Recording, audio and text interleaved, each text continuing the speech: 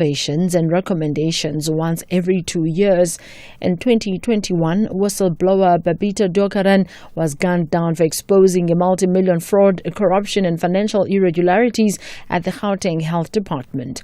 Speaking at the report handover, Gauteng Premier Panyaza Lesufi says the protection of whistleblowers must not be taken lightly. We categorize the killings of police officials as that national priority offense that requires the attention of the DPCI. During this period, 22 police officials were murdered, of which 16 were off duty, while 6 were on duty. 50% of these murders happened in Gauteng province. 38 arrests were effected and 14 convictions, with 11 life imprisonment sentences plus 487 years imprisonment were secured. And that was the Hawks head Godfrey Lebeya, who says 22 police officers were murdered in the fourth quarter of the 2024-25 financial year. Half of these murders occurred in Gauteng. This was revealed by the Hawks head Godfrey Lebeya in Pretoria. He says 16 of the murdered officers were not on duty. Lebeya says almost 40 suspects have been arrested in connection with these police killings. India and Pakistan have accused each other of using drones and missiles to target their respective military installations. The Pakistani military says it has shot down the 25 drones from India that violated its airspace, including over the cities of Lahore and Karachi. A military spokesperson, Lieutenant General Ahmed Sharif Chaudhry, has described this as another act of aggression. Last night, India has undertaken yet another blatant military act of aggression against Pakistan by sending Harap drones at multiple locations. Pakistan Armed Forces, being in a high state of alert and vigilance, have so far neutralized 12 Harap drones at various locations. Recapping the top story, Public Protector Advocate Koleka Taleka says compliance across government to implement remedial action by her office stands at 39%. I am Ondilambana for SFM News headlines at 3:30. In sports this hour, Nkasi downplays favourite tag. Sharks makes 3 changes and the Gauteng Golden Boat Fireballs claims top spot in 2025 TNL first leg. More details at 3:30. Here, there, and everywhere. SAFM 106.6 FM in Bloemfontein. This Thursday on EFC, Africa's greatest meet the Warriors of Brazil on a night where 3 titles will be contested. Amanda Lino takes on Mariana Salles, Willie Van Rooyen takes on Kleberson Sousa, and in the main event, JC Lamprecht goes to war with Luis Paulo Picanso for the light heavyweight title. EFC 123 live from the World Sports Betting Arena. Watch it on SABC Sport Channel on DTT Channel 4 from 7 p.m. Brought to you by SABC Sport.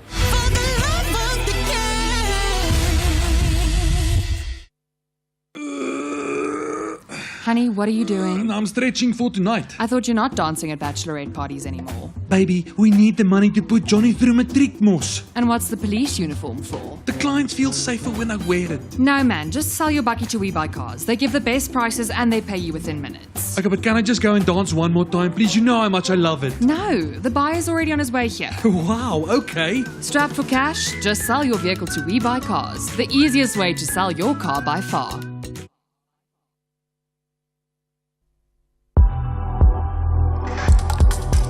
The National Pulse with Ashraf Garda on SAFM.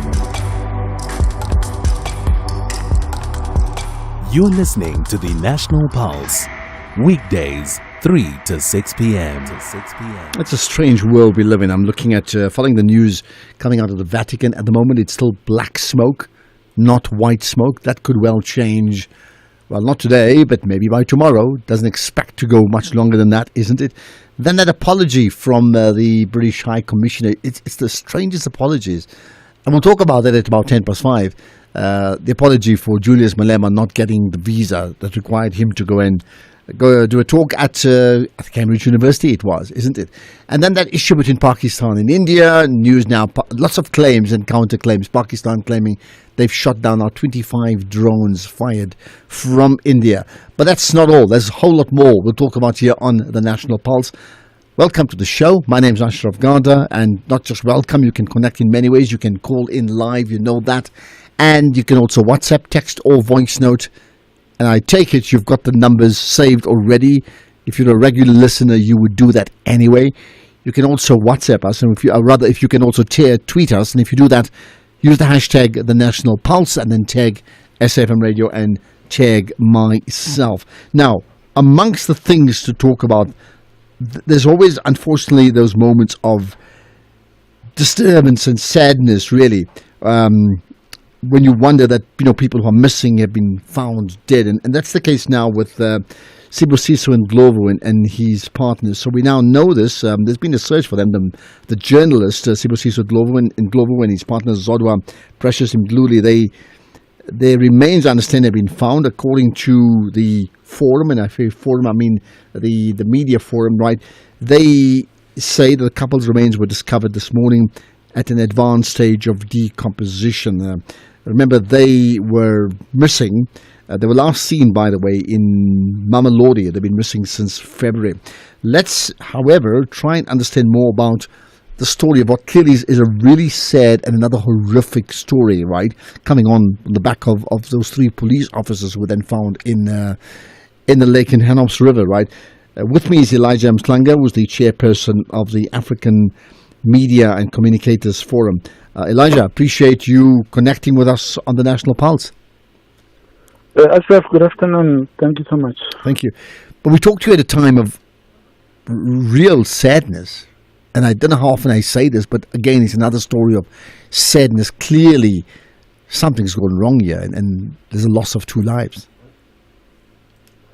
Yeah, Ashraf, we have not been sleeping since the 19th of February when we became aware that our colleague is missing. We have been doing everything that we can behind the scenes, working with the police and trying to support and comfort the family, doing our best using the resources that we have to try to assist them. And all that time we hope life.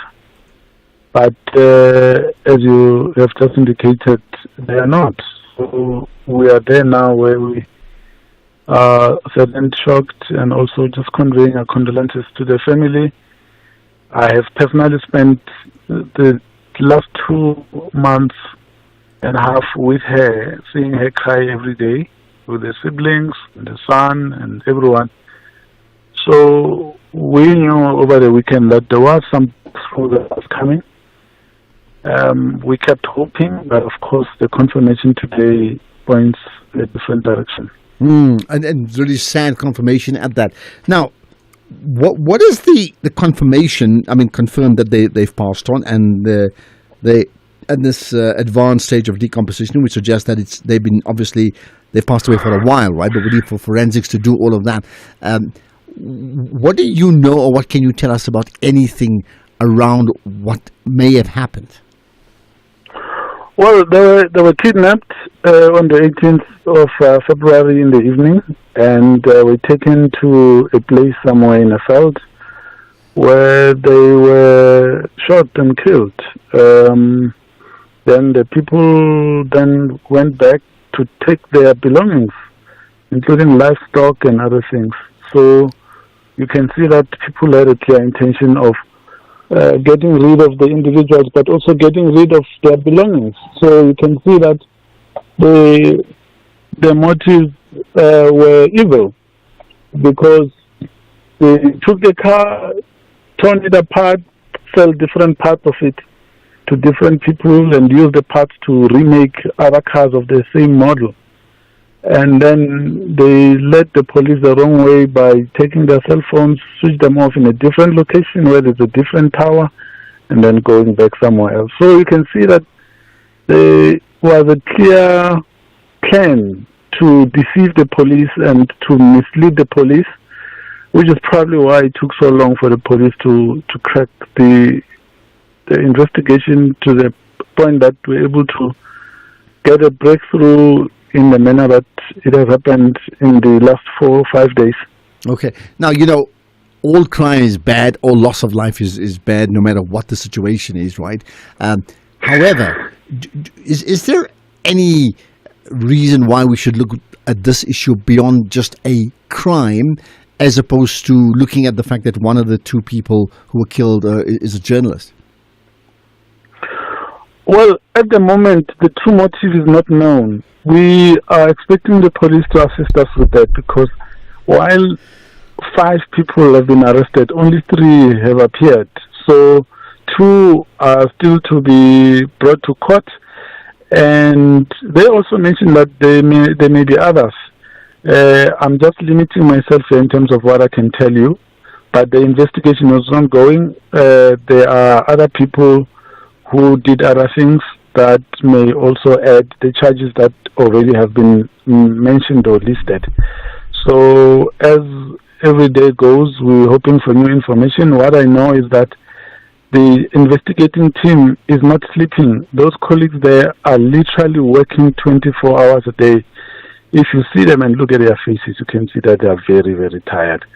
But we appreciate what they've been doing, and we appreciate the response of the National Commissioner, who on Friday, after we sent him a letter, he sent an instruction immediately for the investigating teams to be reconstituted, beefed up with resources, and that they need to report regularly. And all of that was done, and within hours an arrest was made. And within 24 hours, court appearance happened. So now we're going back tomorrow. The forum, the African Media and Communicators Forum, together with the National Press Club, yesterday we hired a lawyer to represent the media so that they gain access to cover the matter. So tomorrow we are back in court at KwaMhlanga Magistrates Court to witness that application, which we hope will be granted, because there shouldn't be any reason for media to be denied the right to cover the story. Now, you made the point, there's some things you can say and other things you can't say. Just in conclusion, is there anything else you'd like to add to our conversation?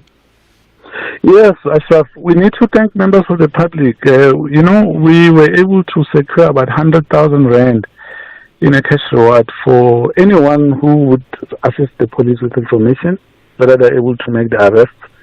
Just the generosity of the people who listen to our cry and avail their money to help us make that reward. That is something that must truly, truly be appreciated. And we're grateful for all the support, including messages to their families, and we've been conveying all those messages. So we really need to pour our heart out to the people who came forward with whatever assistance they could give, so that we're able to pass that on to the police as we were supporting the investigation. And just lastly, as part of that now, in terms of support for families, is that something that the African Media and Communicators Forum will get involved in, or will that be left to others to support the families? No, we continue. We've already contacted AFBOP, who are promising to assist us. So we continue to support. Okay, got that. Well, let's leave it at that. Really a sad conversation to have, by the way. Elijah Mhlanga, the chairperson of the African Media and Communicators Forum. But just to confirm that, those missing journalists, the missing journalists in this case, Sibusiso Ndlovu and his partner, Zodwa Precious Mdluli, there's been a long chase around where they were, kidnapped, car found, belongings found since February, but now sadly a confirmation that their bodies have been found at an advanced stage of decomposition in terms of what actually happened and the why around why they were effectively knocked off. Well, that's what we're going to have to find out. This is the National Pulse. Do great solutions start with good conversation? SAFM, leading the conversations that move us.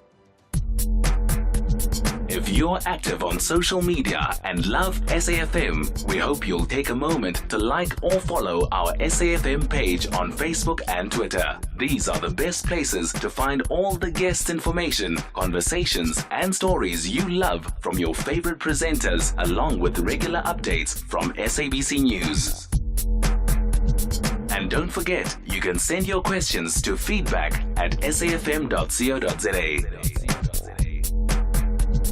SAFM, leading the conversation. SAFM has signed a code of conduct that is enforced by the Broadcasting Complaints Commission of South Africa. Under the code, we are committed to giving news that is accurate, comment that is fair, and programming that is not harmful, does not amount to hate speech, or contain violence or explicit sex. If you think we are not living up to that code, then you can inform the Broadcasting Complaints Commission of South Africa. Direct any complaints in writing to the Broadcasting Complaints Commission of South Africa. PO Box 142365, Craig Hall 2024. Fax to 011-326-3198 or an email to bccsa@nabsa.co.za. For more information, please visit www.bccsa.co.za.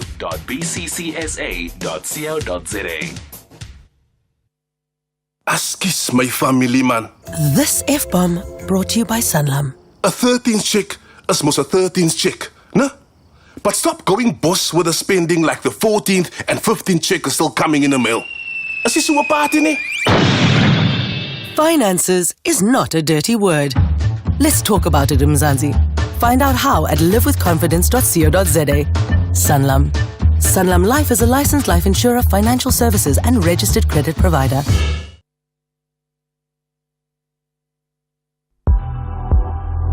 X at SAFM Radio and at Ashraf Garda. So let me tell you, we should be chatting to Fidel Haffajee coming up after 4 o'clock. You know that there's, the mayor of Joburg had the state of the city address yesterday. At the same time, there was a call for him to be removed by the DA. We'll talk about not just that, but just the issues around the city of Joburg. Where did the rot start? Who is responsible? And where to from here? We'll chat to her about that later on. We'll chat to Pali Lahotla in a moment or so, just regarding a conversation. Yesterday the president said lots of things around Operation Vulindlela, so we'll chat about that in a few minutes' time. But in the meantime, let's get to some of your thoughts. Good afternoon, Dr. Ashraf. Dr. Ashraf, the numbers of people who goes missing and end up dead, they are alarming. If you go to shopping malls, to your ShopRite, you will see on those notice boards missing people who end up dead that we are not going to even hear about on the radio. So these numbers of people, they are alarming. We can know about famous people, people who are in the public eye, but the numbers are shocking. And I believe as a nation, even the president, the lawmakers, we need to come together. Okay, that's one. Here's another quickly. This one. Ashraf and the SFM listener. The three police, I think they passed on the N1 at the Henop River. Already before even the investigation can start, they were already having 350,000 or 300 something thousand for the people who are coming with the information. They were suspecting that they've been killed. So, but if it was an ordinary man like me and you, they will never even say 10 rand for anyone who can come with the information. They will just tell you the investigation will follow up until your family forget about their diseases, so on and so on. Okay, I wonder what we deduce from all of that, right? Thanks for that. Let's get to another big issue. So yesterday, we took in much of the speech of the president as he spoke about a very important issue, I would think, in terms of where we are as a country and where we need to go regarding developments of issues. I'm talking about Vulindlela or Operation Vulindlela 2.0, right? So let's get response from it. Dr. Padi Lahotla is with us, former Statistician General. Padi, appreciate your time as always. Good to connect with you. I just want to check. In fact, if we do, we just may have lost Padi Lahotla just for the moment, right? Okay. Someone asked me yesterday, or in fact this morning, about podcasts. Check it out. We do tweet out a lot of the podcasts of the show as and when it happens. So if you go to the SAFM Twitter feed, and often I would share it from there, you'll find some of the podcasts from yesterday. Not everything, but quite the majority. But they're all, and I mean all, they are available if you go to the SAFM website. So please check it out, download the podcast or listen to it, share it with your friends. The one that we had yesterday with, amongst many other people, Dr. Alan Busak, fascinating. Not so much in terms of agreeing or disagreeing, but certainly must get you thinking about where we are as a country and as a people, right? Okay, Pali Lahotla is with me, former Statistician General. Pali, appreciate your time as always. Thanks for connecting on the National Pulse. Hello, Ashraf, and hello, listeners. Thank you so much. Right, as always, you always have lots to say about some of the biggest issues in the country. And in today's case, the issue of Vulindlela, Operation Vulindlela 2.0, you have a view on it. What is your take? Well, Vulindlela was launched 5 years ago in 2020. And my starting point is around that same time, business approached government to try and solve the problems of COVID-19. And in the goodies of business, the bag of goodies that big business brought were a fundamental point. And the fundamental point is about targets. What will we see when we have implemented the programs? Key among this was growth in GDP, 5% per annum, they said. 2 was employment. Employment will drop to about 12%, 15 to 12%, and there will be 6 to 8 million jobs created. Debt to GDP ratio will drop like lead to about 60 to 65%. Now, those targets are great targets. Those targets are not the targets that South Africans can agree. South Africans can agree to those targets. This is a fundamental issue in any serious development agenda. What targets will you achieve? Because it is those targets against which you will be held to account. Government ignored them. You know that. Government ignored them. But government came to them through the back door more recently, around that same time, and he selected a few of them, I called Business of Africa, and said through Vulindlela they will achieve quite a lot. Now, we are 5 years down the line. What is the growth? The growth is 0.6% last year in 2024. With Vulindlela, it is also expected that the growth will be 1.7% growth. Reserve Bank has revised that to 1.6%. I mean, when you look at all these things, at the moment when you talk about Vulindlela, there are absolutely no targets. It's just inputs that will spend this number of billions. Now we talk about energy. The government destroyed Komati, which was working. It used to produce 1,200 megawatts. It was closed for a garden, for a vegetable garden, carrots and cabbages. Now government is coming with its tail between its legs, saying that Komati will be reopened. Why was it closed? Where are the targets for Vulindlela? How many jobs will be created when we implement Vulindlela? So in the absence of targets, as you say, I mean, that would be the most basic thing. I mean, what's the targets would mean what's the end goal, isn't it? So you're very clear that there are no targets. So what are we saying? You just see a wish list? We are just wailing on faith that when you have this thing, you get results. That when you spend so much money, billions, we are talking about inputs and state of impact. A government that talks about inputs and not impact, it's actually deemed, is destined for corruption because the inputs are about money. And everybody will be aspiring to get their hands and their mouths on that money. And they will see who gets the largest chunk. And nobody talks about targets. Nobody talks about the path to what has to be achieved. This has been the story of Vulindlela, is the story of Vulindlela into the future. Now we talk about energy. In terms of energy, how much we are buying and storing of energy. By the way, the IPPs are things that exploit Eskom. Whether there is any electricity or no electricity, Eskom, whether Eskom needs that electricity or doesn't need it, it has to pay the IPPs. So even when Eskom has some capacity for itself and the country, the IPPs, whatever they produce and doesn't get used, Eskom has to pay it. So who pays for that? So one of the biggest investments, so it's the so-called investment, is in IPPs. And the IPPs that killed Komati. I'm not against green, by the way. I support green 100%. But you have to have a path towards implementing IPPs. You don't destroy what you have in favor of IPPs. Nobody has answered the question of what happened to the 8.5 billion rands. Nobody has answered the question, how did we change course? ESCOM needed only fixing of the fleet, maintenance of the fleet, and ensuring that there is a steady morale at the company.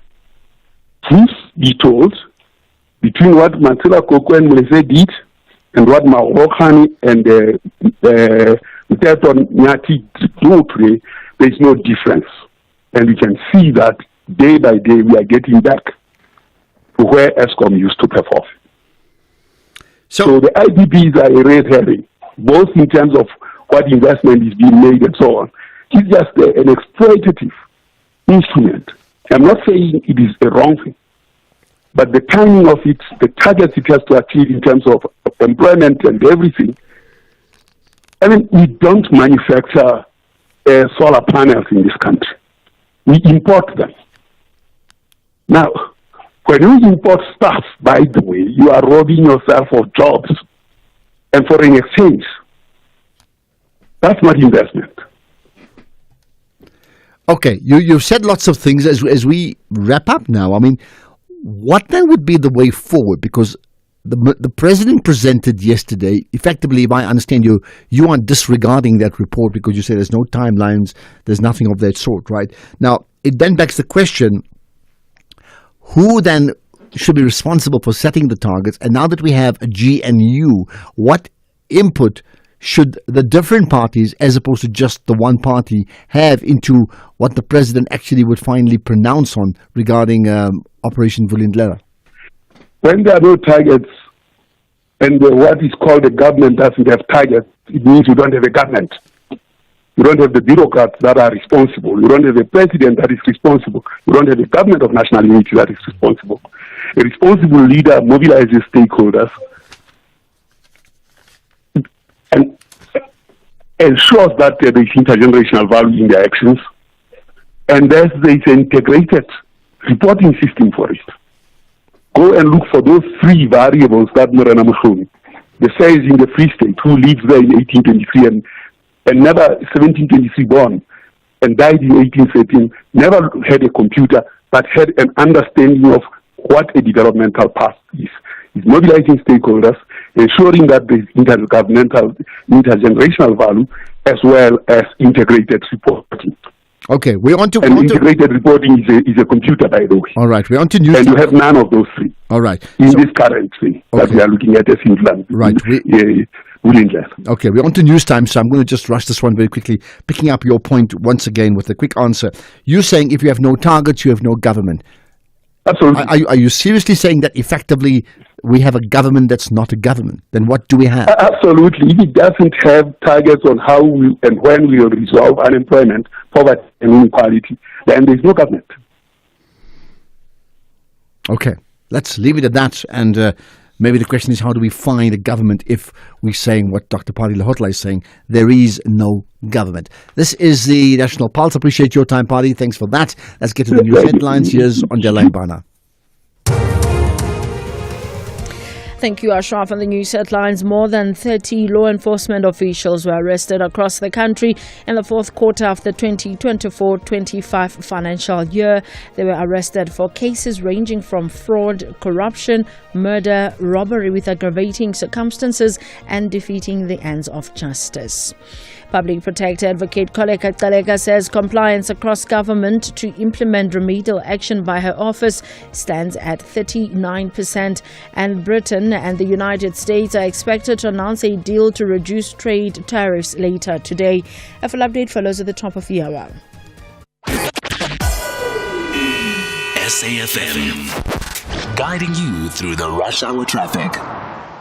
A very good afternoon. We start in Durban because it is jam-packed around Spaghetti Junction. There are some major delays this afternoon going outbound from Sherwood through Spaghetti Junction out towards Pavilion. Look at the plan. There's just or a team expecting goal after goal after goal, and they don't relate, or we don't relate with the moments that he promotes to the other ones.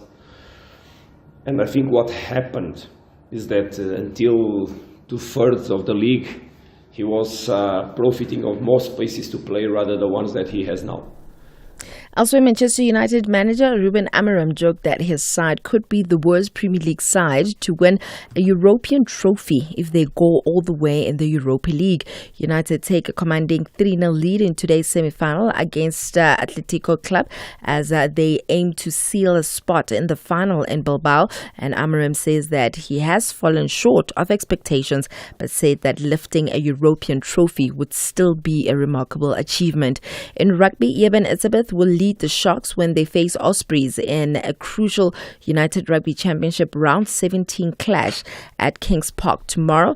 And head coach John Plumtree made 3 changes with Dean Bleuler to come in for Oxen Chair, Siamasuku replacing Jordan Hendricks at fly half, and Lorenzo Julius in for Lucanio Am. With the home quarterfinal within reach, the Sharks sit 4th on the URC table and need just 3 points from their final 2 games to secure it. In cricket, ahead of the match tomorrow morning in Colombo, Proteas woman wicket-keeper Sanala Jafta says that they are under no pressure to win and are just looking at ticking the right boxes as they continue to build. They will have 2 more tours before heading to India in September, including that of West Indies, which starts on the 11th of June. In basketball, the New York Knicks produced another stunning comeback to win the second game of the NBA Conference Playoff semi-final against the Boston Celtics. Jalen Brunson made 2 free throws with 12.7 seconds remaining to give New York 91-90 lead over Michael Bridges. Knocked out the ball away to deny Boston a last gasped chance. Now Josh Hart had made the game high 23 points for New York, who trailed by 20 points in the third quarter and by 16 in the fourth in Boston. The Knicks lead the reigning NBA championship 2-0 in the best of 7 series after finishing 10 wins behind the opponents in the regular season.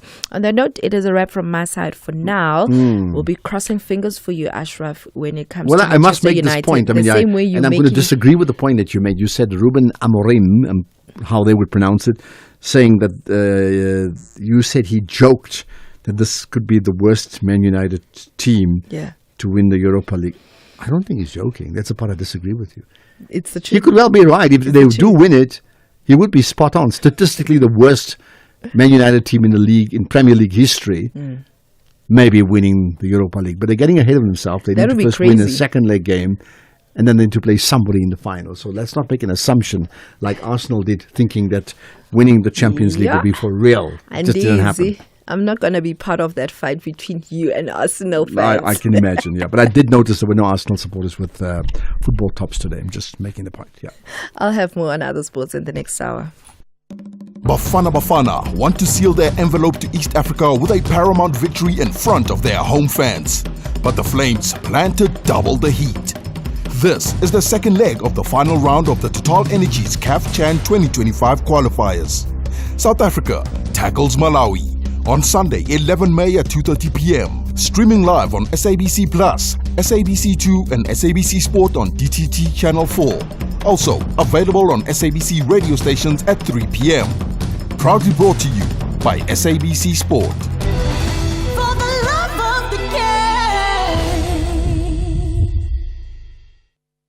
These are the weekend shows on SAFM.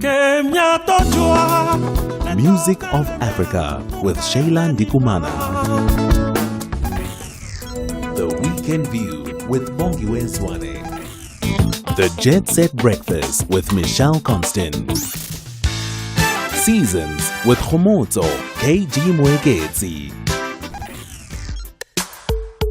The Soundtrack of Your Life with Ernest Pillay. Weekend Sundowner Classics with Kutlwano Masote. Spotlight with Zai Khan. The Weekend with John Kherika. Shifting your lens with Bertha Charuma. This is SAFM. You are listening to the National Pulse with Ashraf Garda. We are going to talk to Fidel Haffajee after 4 o'clock about effectively the state of the city of Joburg and where it all started and where's it going to go now.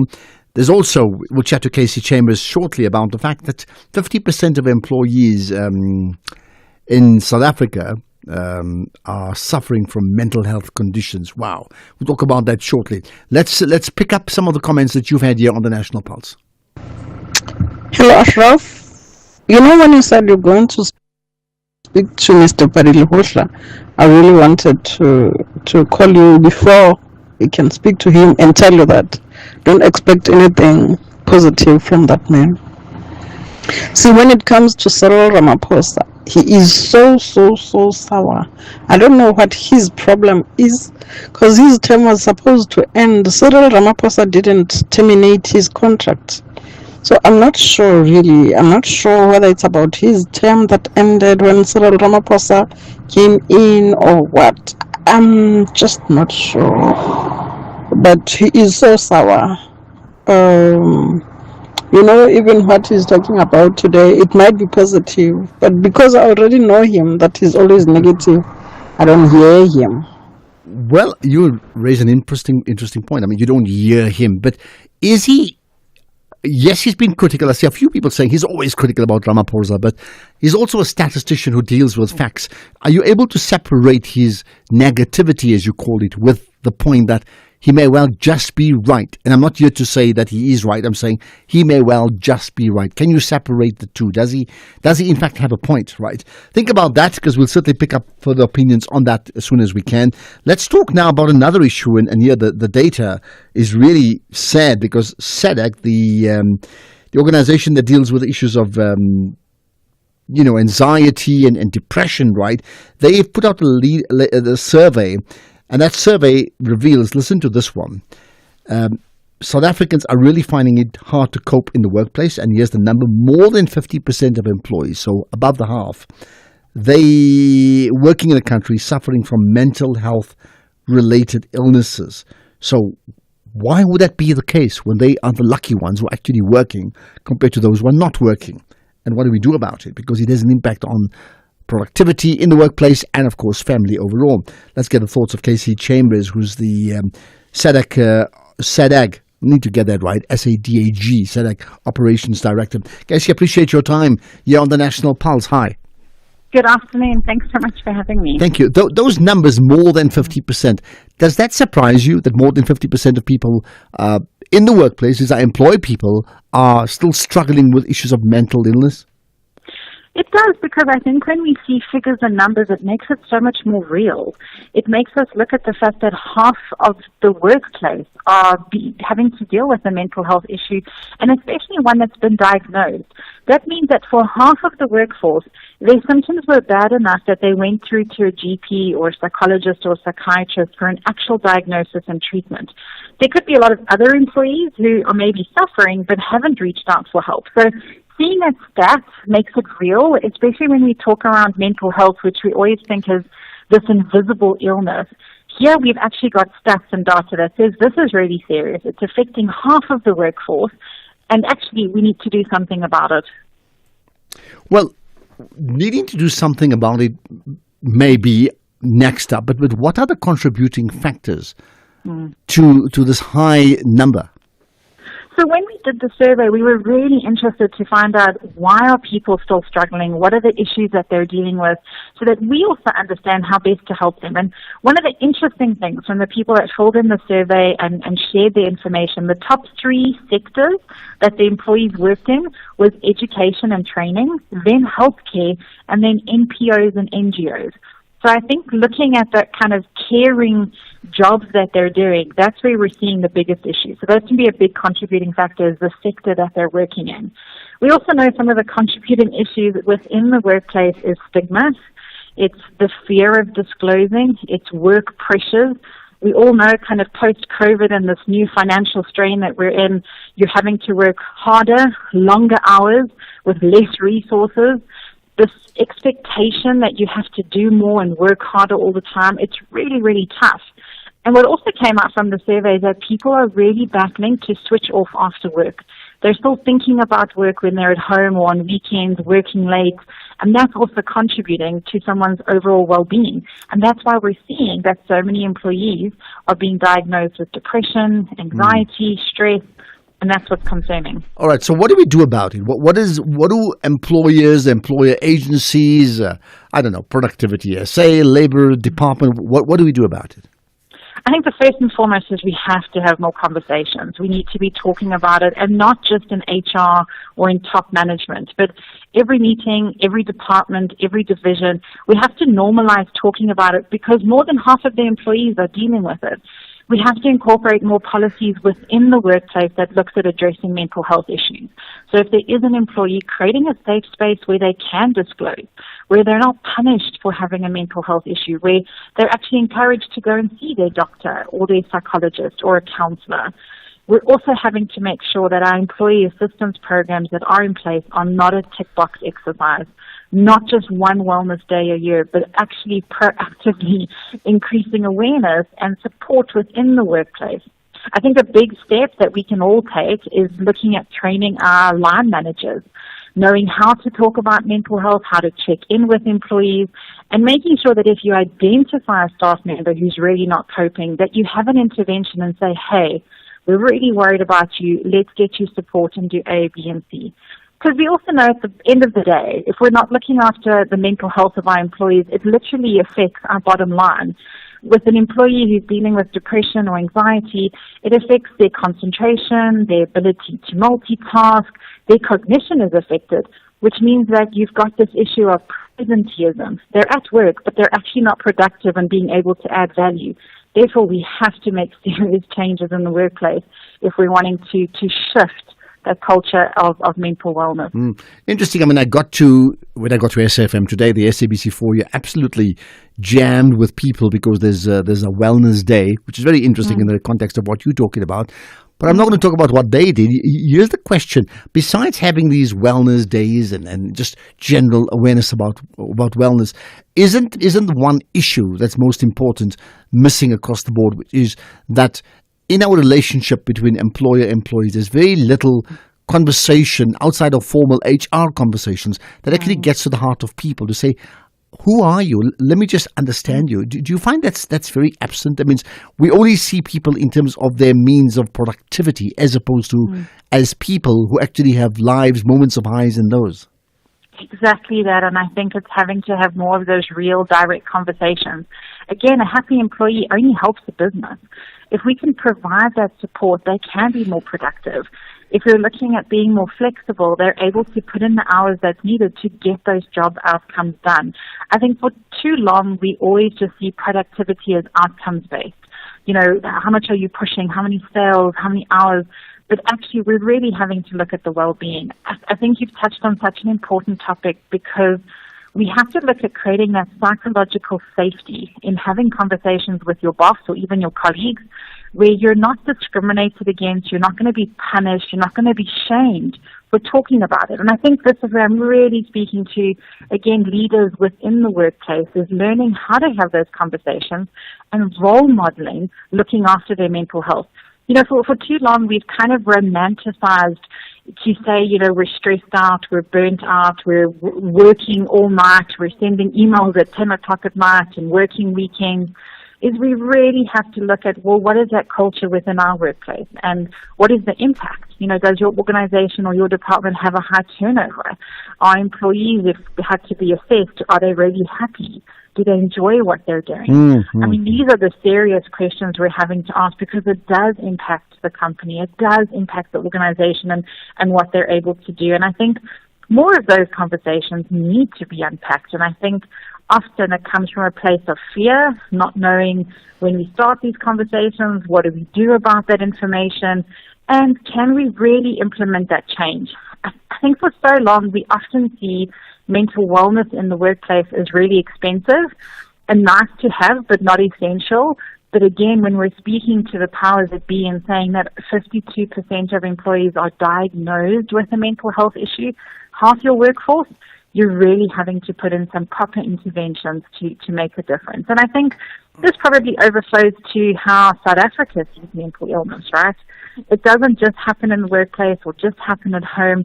It's all interlinked. And I think those employees have families, have children, have friends. They go home.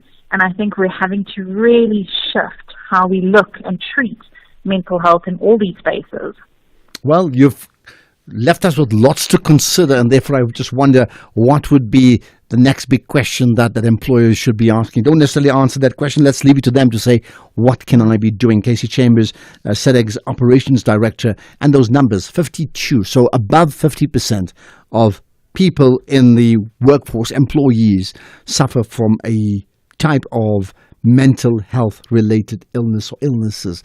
That's a big, big number. I'll get your calls on this right after this. Rise and shine every weekday morning on Expresso. Now, whether it's a motivational Monday or even a Health Tuesday, this is the best way to start your day. Let our trending tech keep you ahead of the curve. Join us online and vote in our fashion poll. Elevate your cooking skills every Wednesday. It's the best in morning entertainment. So wake up with us. 6 to 9 a.m. on S3. Cheers.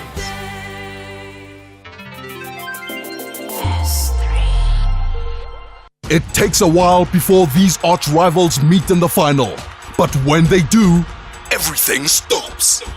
Nabi is confident to delight the Amakhosi fans. If the fans love Kaiser Chiefs, automatically is love Nabi.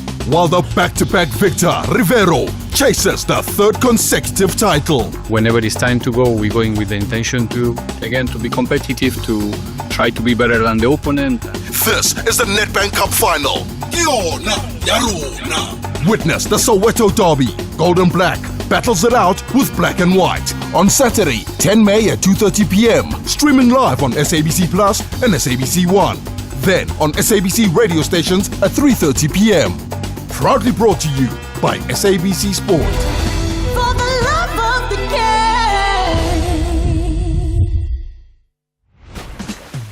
Every person, no matter who you are, what music you're inclined to listen to, and what you do with your weekends, you need a weekend playlist.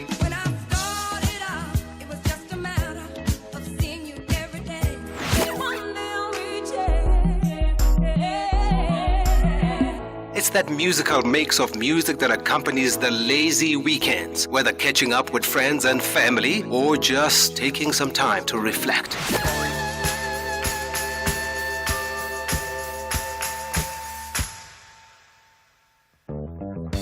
Tune in to The Soundtrack of Your Life with me, Ernest Pillay, Saturdays and Sundays, 1 to 4 on SAFM. Call us on 086 000 2032. Right, how, when and why did the city of Joburg slide to broken city status? We'll chat to Fidel Hafaji in a few minutes' time. Let's, however, get further comments from you, and there's lots about Pali Lahotla, by the way. Let's do that. Ashraf, good afternoon. The golden ideas that Padi is sharing with us now, he should have shared this with the government of the African National Congress when he was serving under them as a statistician general. There is no use for him to come and howl outside the ANC at this stage, because ANC is not starting anything new. These things have been there when he was still enjoying that limelight when he was statistician general. Okay, point made. But he may say, in fact, he's done so. I'm not there to speak on his behalf. He may have done so. And being in the position where he is now, by his very nature, he would be expected to give input around a country on a database or stats-based basis. He does that anyway. The question is he right or wrong? Never mind whether we think he's positive or negative around these issues. Right, let's get further comments. Mental health, big issue. Tina in Limpopo, hello. Hey, how are you? I'm good indeed. Thanks for calling in. Go for it. Yes, mental health is real, and people seem to be in denial. I'm suffering from depression, and every day I'm facing stigma from people telling me that I'm mad. very, very difficult to deal with it. And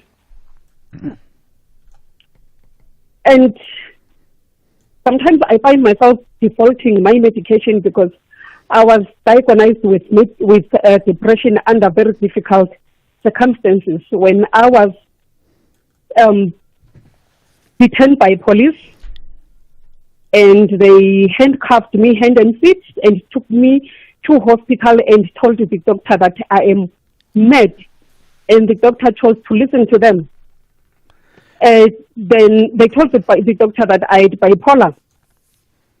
So I was given medication for 1 week before I was actually interviewed by the doctor. And then I told him that I was actually feeling so much better before you gave me your medication. I was not having these vivid dreams, not seeing things or anything. But now that you have put me on this treatment, I actually feel mad. But I've been stressed because I've been raped twice inside the police station, first by a police officer. And I've been beaten by police, and it's 2 years down the line. They are still there. They are still working.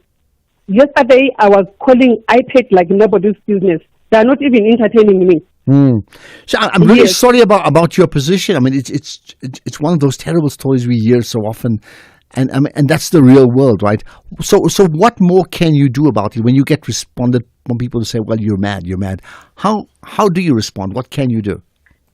The first person that I proved to that I'm really mad was the migration officer who got fired for being found in possession of my passport.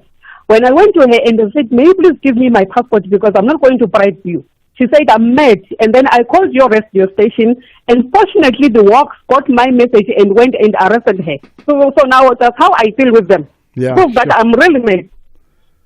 Okay, I'll tell you what. We really just don't have enough time to talk much more. Let's see if I can get you to connect with Keys, my producer, and I don't know if there's any other way we can assist you, but let's see what we can do. No promises. Let's see what we can do. Thank you for that, Tina in Limpopo. Let's get to further comments. Colin in Cape Town. Let's talk employment. Hi. Yeah. Hi, Ashraf. Yeah. I tried to phone Tuesday or yesterday and so. But anyway, Ashraf, you know something? I agree. Redress the past. Affirmative action, actually what killed affirmative action. I started in 1964, I retired in 2009, 45 years service in engineering in Transnet.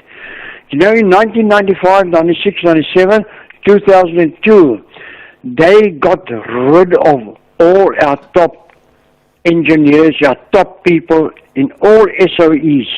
Now, what I'm trying to say, Ashraf, if the government at that time, which is still now,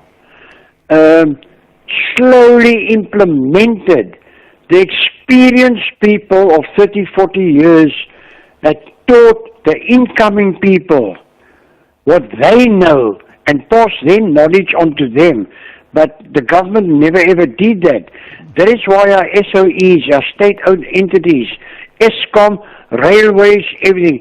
You know, when I worked on the railways in engineering, everything came by rail, cars, trucks, everything. All right. Yeah, Colin, but anyway, what I'm trying to say, Ashraf, what I'm trying to say is they did it in too much of a hurry. Okay. I got that. Experience gets passed on to learners. Okay. And learners pass on their experience. All right. That is the biggest problem, Ashraf. Okay, Thank you very Colin, much. thank you. I'm not sure about whether it's too much in a hurry, but I think the point that could be interesting is, did we have a situation where people in positions of skills, were they jettisoned off? And as a result of that, did we lose out on that? And should we have done things differently in terms of transformation? Hello, Ashraf. You know, when you said you're going to speak to Mr. Parilehohla, I really wanted to call you before you can speak to him and tell you that don't expect anything positive from that man.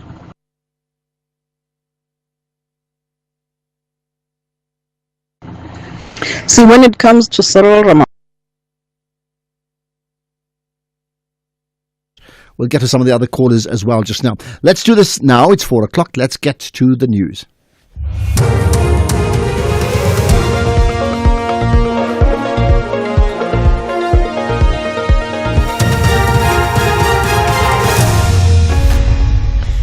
Thank you, Ashraf. Top stories at 4. Latest on missing journalists in Britain and the US expected to announce a tariff deal. For SAFM News, I am Ondalambana and a very good afternoon. The African Media and Communicators Forum and the National Press Club have reacted with shock and sadness over the deaths of renowned media practitioner Sibusiso Aseri-Ndlovu and his partner Zodwa Precious Mdluli. Police have confirmed that human remains have been found in the bushes at the Rustenburg in Gauteng. According to the press club, the forensic team have positively identified the remains and confirmed that Ndlovu and Mdluli were murdered and dumped in a veld in the KwaMhlanga area. The couple had been missing since 18 February 2025. Antoinette Slabbert is from the NPC. We would like to thank the South African Police Service, the leadership and each and every member of the force that assisted in the search for the couple. We are devastated. Thanks to all the colleagues who assisted with keeping the search on the agenda. We were unable to bring them home alive, but at least the family can get closure and we can bury them with dignity. Our deepest sympathy to Zodwa and Aseri's family, friends and colleagues. We will follow the court process closely. The law must now take its course. More than 30 law enforcement officials were arrested across the country in the fourth quarter of the 2024-25 financial year. They were arrested for cases ranging from fraud, corruption, murder, robbery with aggravating circumstances and defeating the ends of justice. These officers were arrested in the Gauteng, Mpumalanga and Free State provinces. This was revealed during a media briefing by Hawks head Godfrey Lebeya in Pretoria earlier today. The Hawks' efforts to investigate police officials involved in criminal activities demonstrate that the commitment to uphold the integrity of the police continues to be a priority. A total number of 33 police officials were arrested in the quarter under review. Of these arrests, 19 are traffic officials, whereas 14 are SAPS officials. Public Protector Advocate Koleka Gcaleka says compliance across government to implement remedial action by her office stands at 39%. She was addressing the 15th Commonwealth Regional Conference for Heads of Anti-Corruption Agencies in Africa taking place in Cape Town. Gcaleka reminded delegates that remedial actions by her office are legally binding as ruled by the Constitutional Court in 2016. She says while the level of implementation is low, it has increased significantly the past 2 years. 2 years ago, the implementation of our remedial action was sitting at 2%, and we've had to have a vigorous drive in this respect, and currently we are at 39%. Though we regard it as very low, but we do think it is quite a steep improvement in the implementation. A number of Gauteng government officials continue to do business with the provincial government.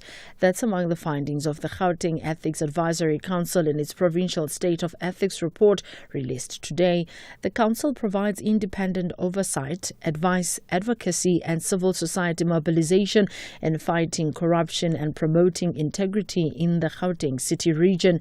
The Ethics Advisory Council's Solumuzi Mabuza says the public service regulations of 2016 prohibit government employees from conducting business with any organ of state. There is a number of officials detected to be conducting business with state. And now with artificial intelligence, we are going to need to work harder to actually track those who are sophisticated in hiding their operations in doing business with the state.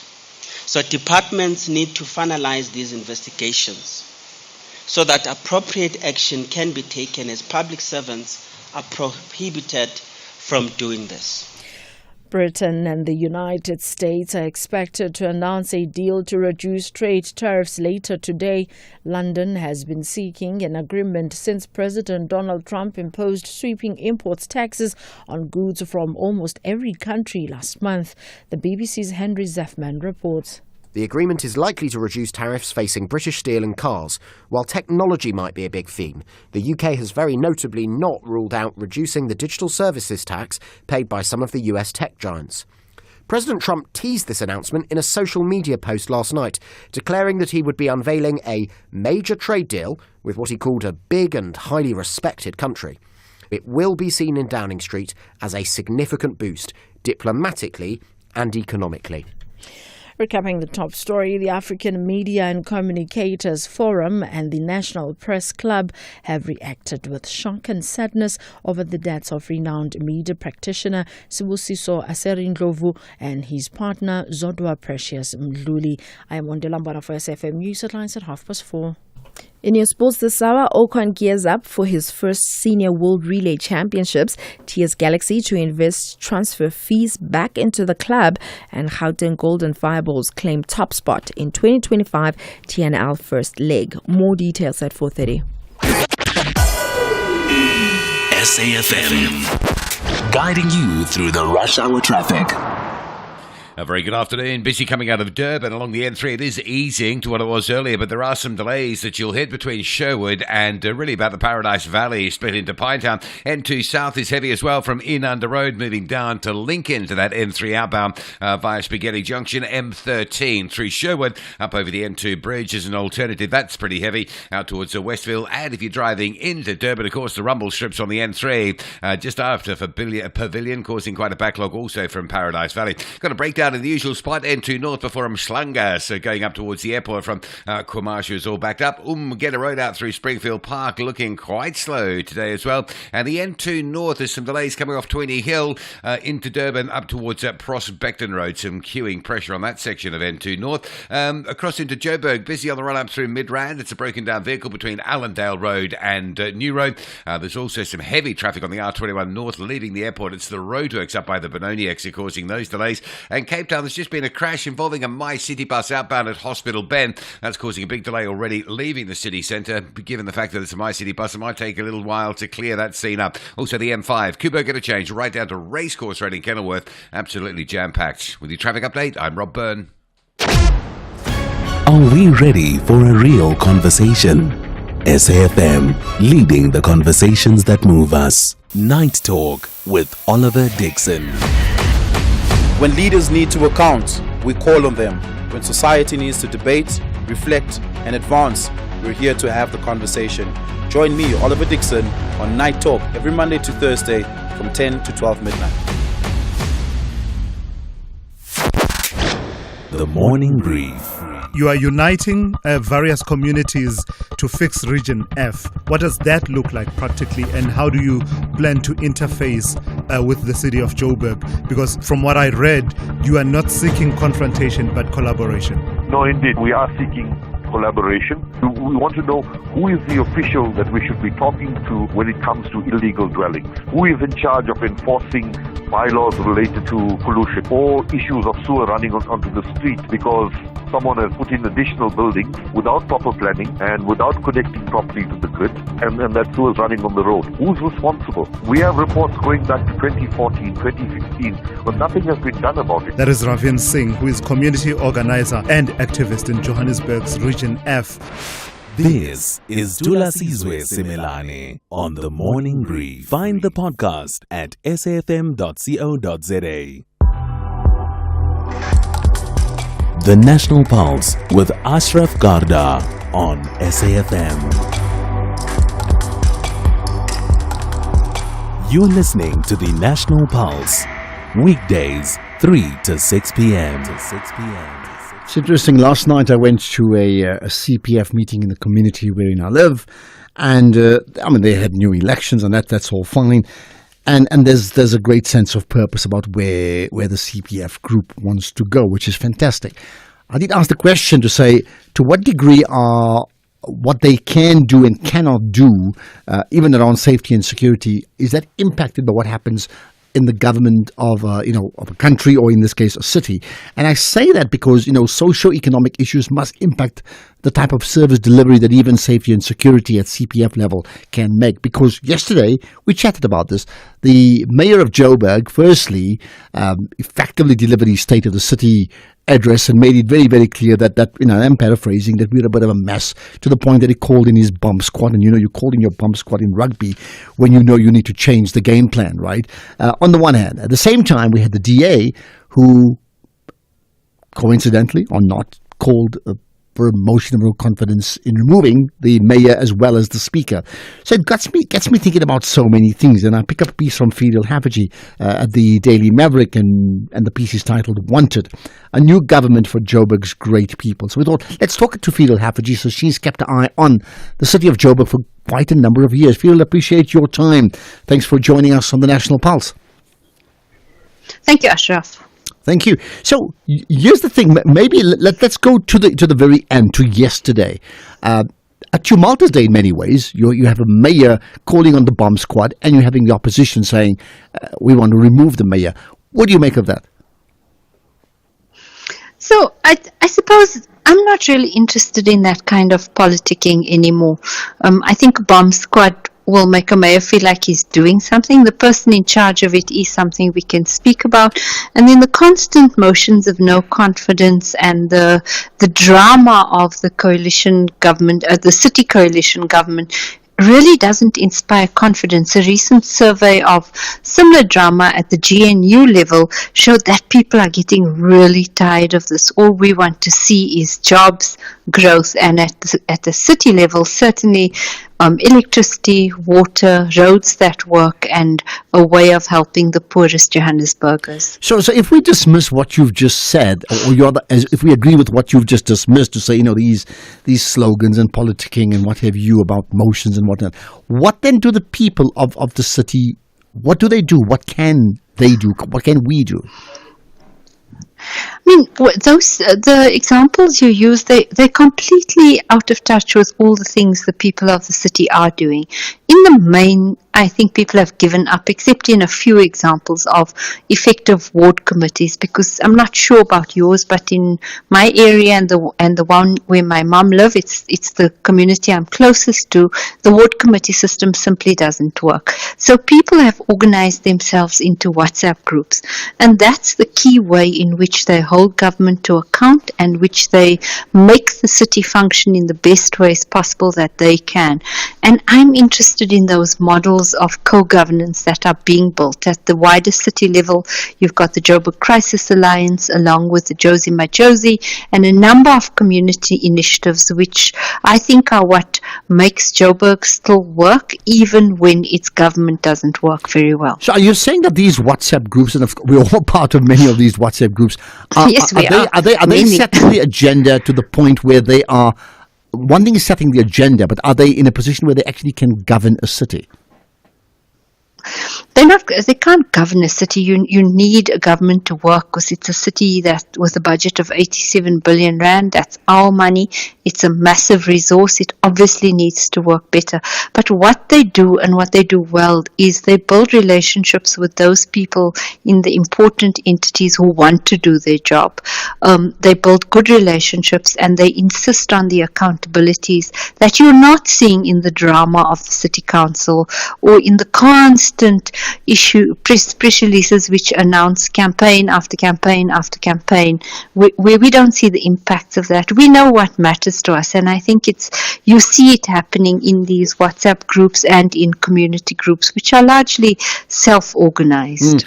And in doing that, are they able to then circumvent, say, for example, a ward councillor? Because I'm making the assumption then that you're saying that effectively the ward councillor with direct representation to the city, by and large, doesn't work either.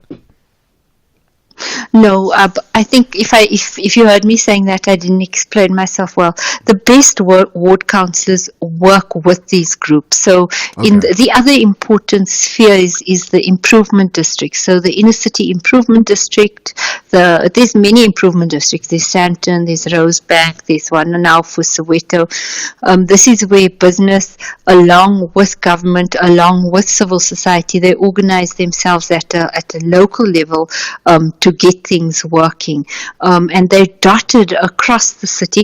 Obviously, the more well-resourced ones will work much better. So Sandton will obviously look much better than Orange Farm, say, because people have got more money there to put in their own bucks to make things work better. Same with Lone Hill, same with any number of other areas. But it's improvement districts, WhatsApp groups and community associations, sometimes working with ward councillors and sometimes without them to make things happen. So when they are unable to work with ward councillors for whatever reason, maybe the ward councillor is indifferent or absent, what then do they do then? Because I'm trying to understand the vision, and I think you gave examples of Josie, my Josie. You didn't mention Water Ken with Fidel, the other Fidel Adam, Yes. right? But I mean, they all do fantastic work. I'm very familiar with the work they do. But assuming a ward councillor does not cooperate with them, what then is their recourse? Who do they go to? You're supposed to be able to turf them out, or at least have ward committee meetings where they have to answer to you. But I've asked our councillors, when are we having ward committee meetings? When are these meetings? And they simply don't get held. Maybe people are too busy. Maybe it's a city in a state of emergency. But in my experience, these largely don't get held. Some areas they are held and people do know about them, but people are organizing themselves in other and different ways. Obviously, there's Outers Joburg CAN. CAN stands for a Community Action Network. And then, like you said, Dr. Farrell Adams Water CAN, you've actually seen the impacts in a water crisis that's much abated. Although I know in your area you still have regular outages. Well, I think it's okay for the last month. So amazingly so. It's 1 month of we're getting water every single day. Things have changed, right? But that's a month. What about... so you do say this is a city in a state of emergency. You mean that?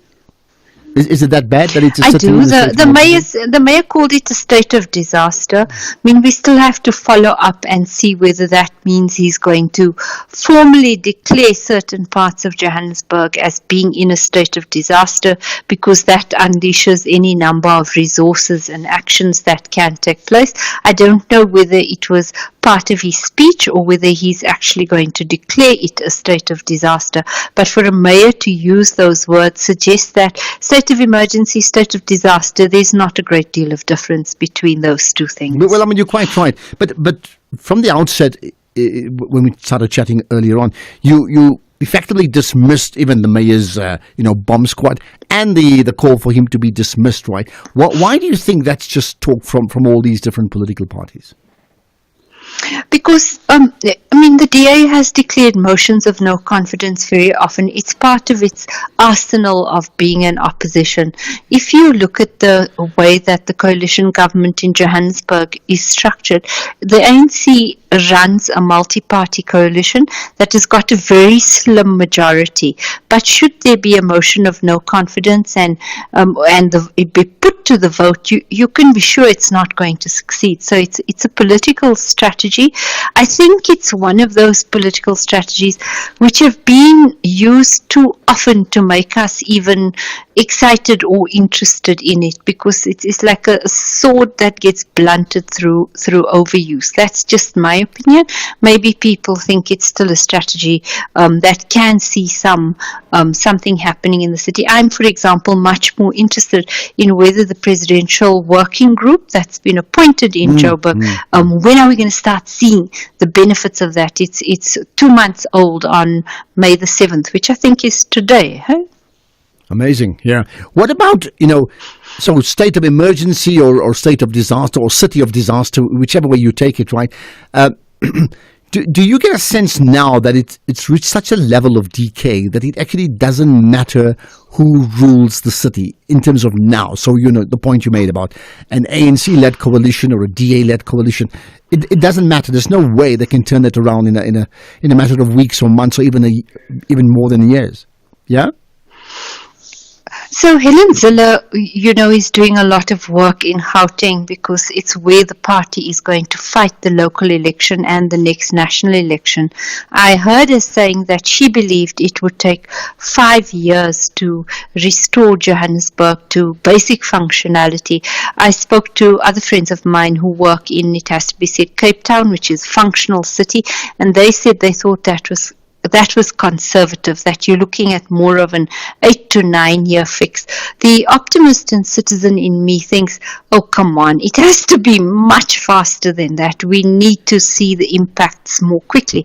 And if you look at the work of Ferial's Watercan, I chatted to her this week and she said that the fact that the water crisis had moved away from being in crisis to now being at the point of you seeing improvements but not yet system improvements, that shows you that with the focused attention of good and active citizens, many with fabulous skills, you should be able to turn the city around more quickly. I mean, if you go to Waterfall or Kaya Sands, or I haven't been to near the Lanseria Smart City, but those other smart cities which are really almost private cities, you can see that Johannesburg as a whole is not broken. There are parts of it that are broken, and surely it shouldn't take us that long to fix it. I want to pick up on that, this sense of private cities or private suburbs within a city. We'll do that right after this.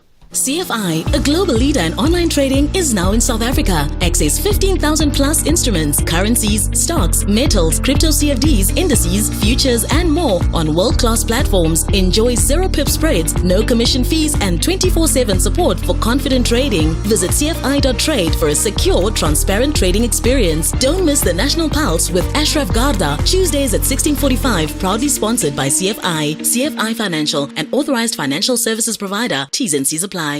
Save and win a car with Spar for real. Stand to win one of 50 fiery red Hyundai Grand i10 sedans. Buy any participating products and swipe your rewards card to enter. Get 450 gram Bacoma Wheat Bix, original only, for $24.99, plus 50 megs free data on Spar Mobile. Or 200 gram Baker's Murray biscuits. Buy any two for 30 Rand, plus 50 megs free data on Spar Mobile. Price is valid until 19 May, while stocks last. T's and C's apply. It takes a while before these arch rivals meet in the final. But when they do, everything stops. Nabi is confident to delight the Amakhosi fans. If the fans love Kaiser Chiefs, automatically is love Nabi. While the back-to-back victor, Rivero, chases the third consecutive title. Whenever it's time to go, we're going with the intention to be competitive, to try to be better than the opponent. This is the Nedbank Cup final.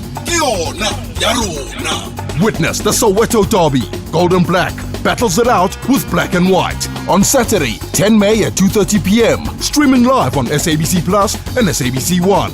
Then on SABC radio stations at 3:30 p.m. Proudly brought to you by SABC Sport. For the love of the game.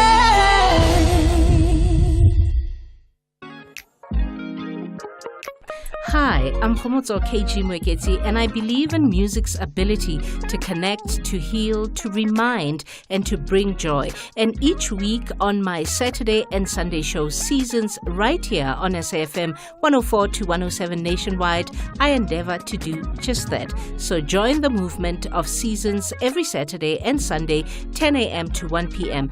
It's addictive. You might invite a friend. Seasons, only on SAFM 104 to 107 nationwide, with me, KG Mwekezi.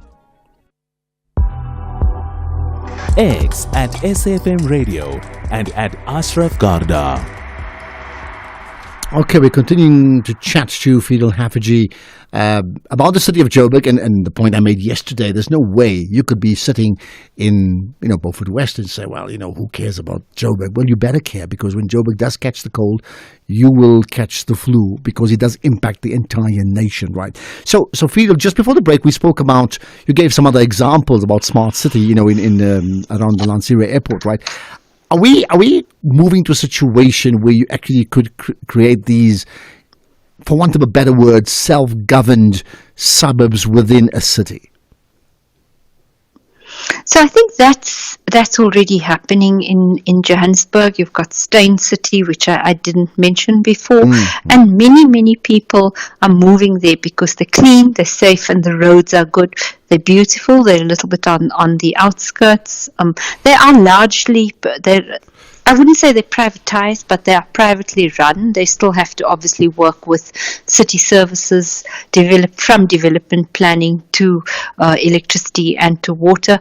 But you'll find that those places increasingly will have different water systems. They'll probably be running off renewable solar, and that you wouldn't have the disastrous electricity cuts which you still have in old Johannesburg, as well as in your Orange Farm in Soweto, etc. But looking at that, would that be a case of glass half full, glass half empty? Is it a good thing or a bad thing? Well, urbanists will say it's a bad thing because progressive cities, they create unity. They create unity among the people. They deal with spatial inequality by making sure that working class people don't spend 40% of their incomes traveling to jobs. They need to be close to their work. And cities, in the way that that's unfolding, is that if you're wealthy, you can buy out of Johannesburg in a way. So it's not the dream of the unified world-class African city at all. But I must say, when you do go to Waterfall or to those parts, they are very pleasant to be in. Yeah, I think you're right. I mean, there's these pockets, call them oases, I suppose, within the desert that we live in right now, which then gets me to consider where it all started. Are you able to put a point to from the time that it was even described as this world-class African city and maybe people nodded in approval to the point where, no, that's not true? How did that slide start? When did it happen? You know, I think up to the time of Parks Tau, you had genuine, interesting urban development happening here. I remember he took me on a drive to show me how urban planning had joined the old Johannesburg with Soweto. They were built as apartheid spaces. The one was a dormitory, the other one was the rich city of the landlords, and how very clever planning had in fact made Soweto a city firstly, and secondly had adjoined it to Johannesburg through clever transport networks. The creation of public spaces still beautiful today. Then the bicycle lanes, which aren't used for their purposes but are more used by waste recyclers now, was another example of thinking about how you can improve mobility in the system. There was the development of the BRT, another example, the building of Nelson Mandela Bridge.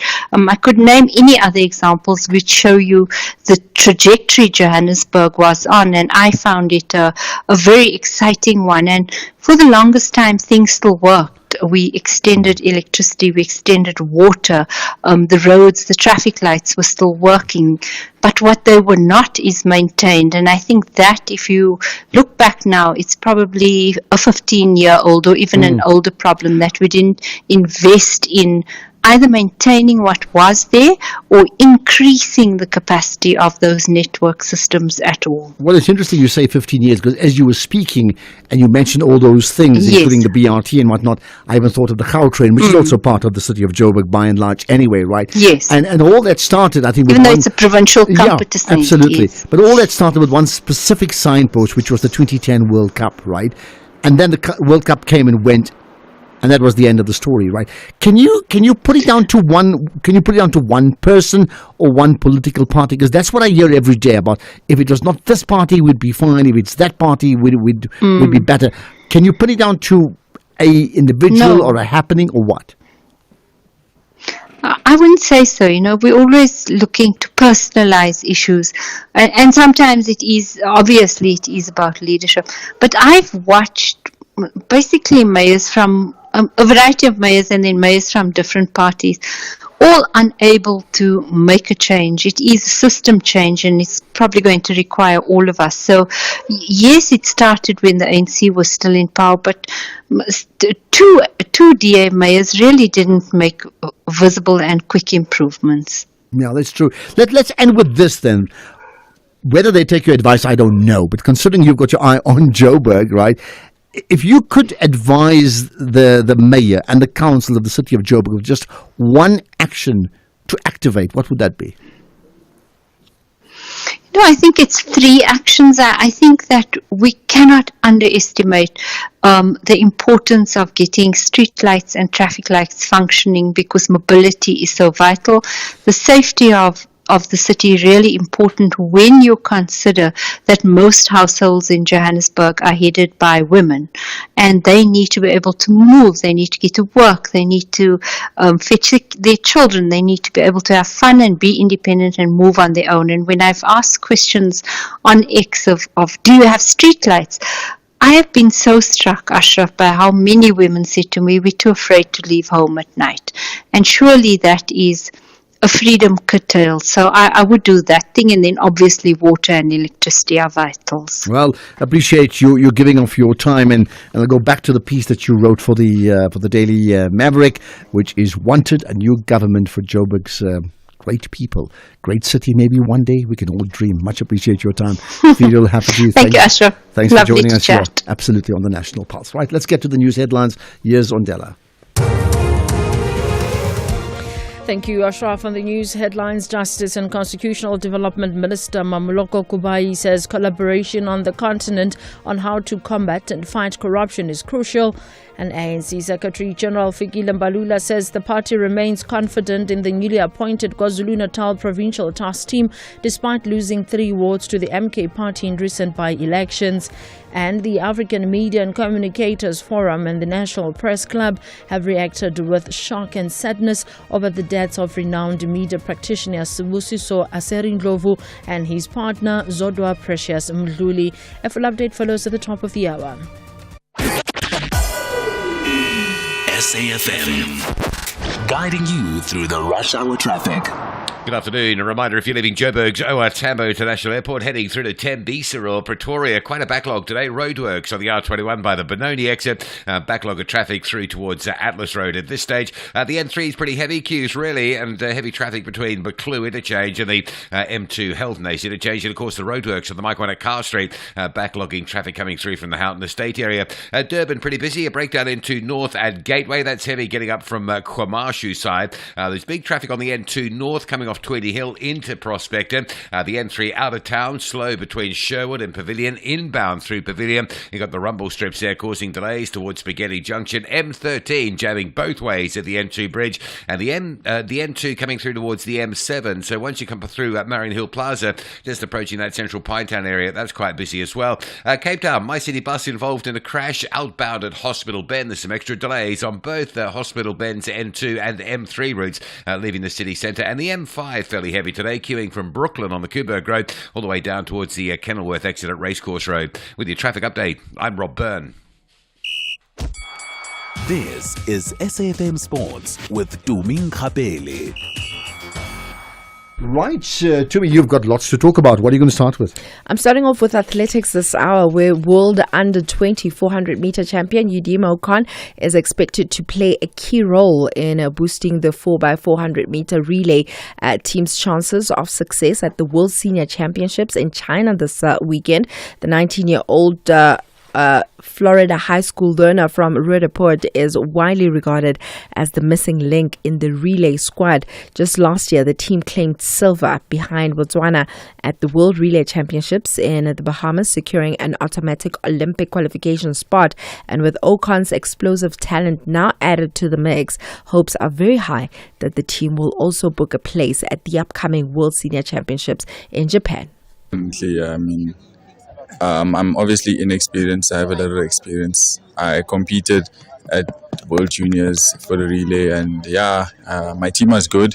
We got ourselves a silver medal, and now obviously in the senior ranks, we have more experience with the guys. Guys that have been there, know what to expect, and obviously I'm going to get there with my experience and put it in there and get what we have to get. In rugby, defence coach Jacques Fourie says that the Lions can't afford to lose star players like Edwin van der Merwe. The Springbok wing will join the Sharks at the end of the season, having opted not to renew his contract with the Joburg-based franchise. Van der Merwe follows in the footsteps of other Lions like loose forwards Vincent and Emmanuel Chituka and fly half and fullback Jordan Hendrickse, who swapped the big smoke for Derbs. In football, TS Galaxy chairman Tim Sugazi says a large chunk of money made from selling their best players will be used to acquire replacements. Speaking to SABC Sport, the club owner acknowledged once again that their business model was indeed to find hidden gems and move them onto their more well-off rivals in the Betway Premiership.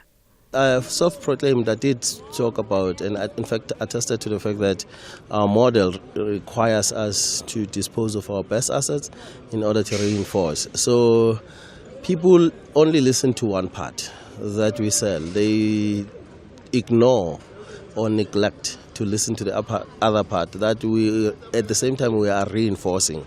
So what bears testimony to that is that despite all the sales, the 3 seasons ago probably we sold about 7 players starting 11. Coming out from position 5, we ended up in 6th position. So this season again, I think we've sold about 5 top players. And then we find ourselves probably will finish at our highest, best position if we end up in position 5. So it means that it's a two-way approach. So it's a two-way approach. One, we do dispose, but the reinforcement part is also key. So we are building. We're not destroying. We are building. Had we not been building, I'm sure, who would have been languishing somewhere there at the very bottom of the log. Elsewhere, Football Australia Chief Executive James Johnson has resigned after 5.5 years in the job, having played a key part in bringing the Women's World Cup to the country. Johnson's surprise decision to stand down comes less than a year before Australia hosts the Women's Asian Cup, and the governing body praised Johnson's achievements in guiding the sport through the COVID pandemic and leading Australia's successful bid to co-host the 2023 Women's World Cup in New Zealand. In cricket, India Premier League franchise Rajasthan Royals have signed South African teenager Luandre Pretorius. The 19-year-old has been brought in as cover for Indian batter Nitish Rana and will be the Rajasthan squad for the remainder of the 2025 IPL tournament, and that deal is reportedly around 650,000 rands. In netball, Gauteng Golden Fireballs coach Dr. Elsa Jordan says that they are happy with their 6-match unbeaten run to wrap the Telkom Netball League Power Week 1. Now, this is after the Johannesburg side claimed a 100% record to secure top position in Division 1 first leg at the Sun City Super Bowl. And Jordan says that these were the final results they were hoping for.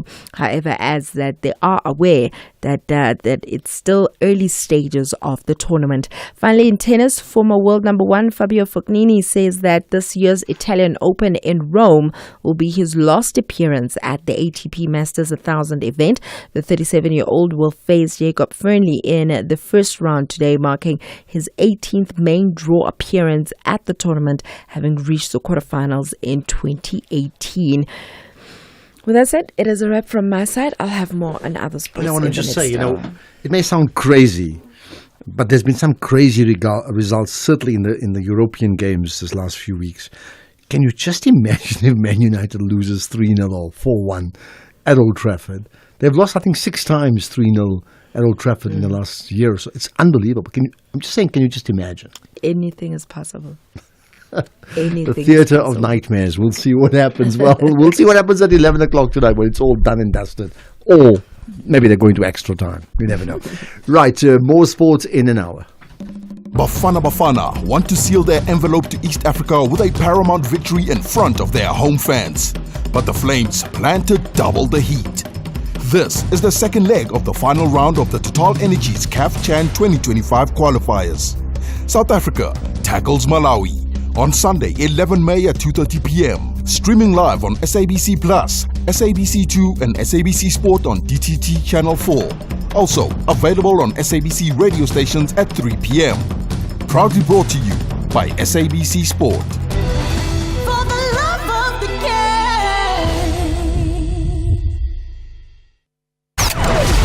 game. Economic news on SAFM. Facts and figures you can count on.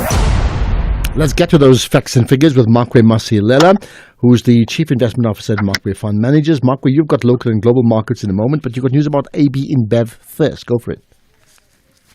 Yes, sir. Afternoon to you and to your listeners. Another solid quarterly performance with the overall financial performance up 7.9%. Revenue growth is approximately 50%.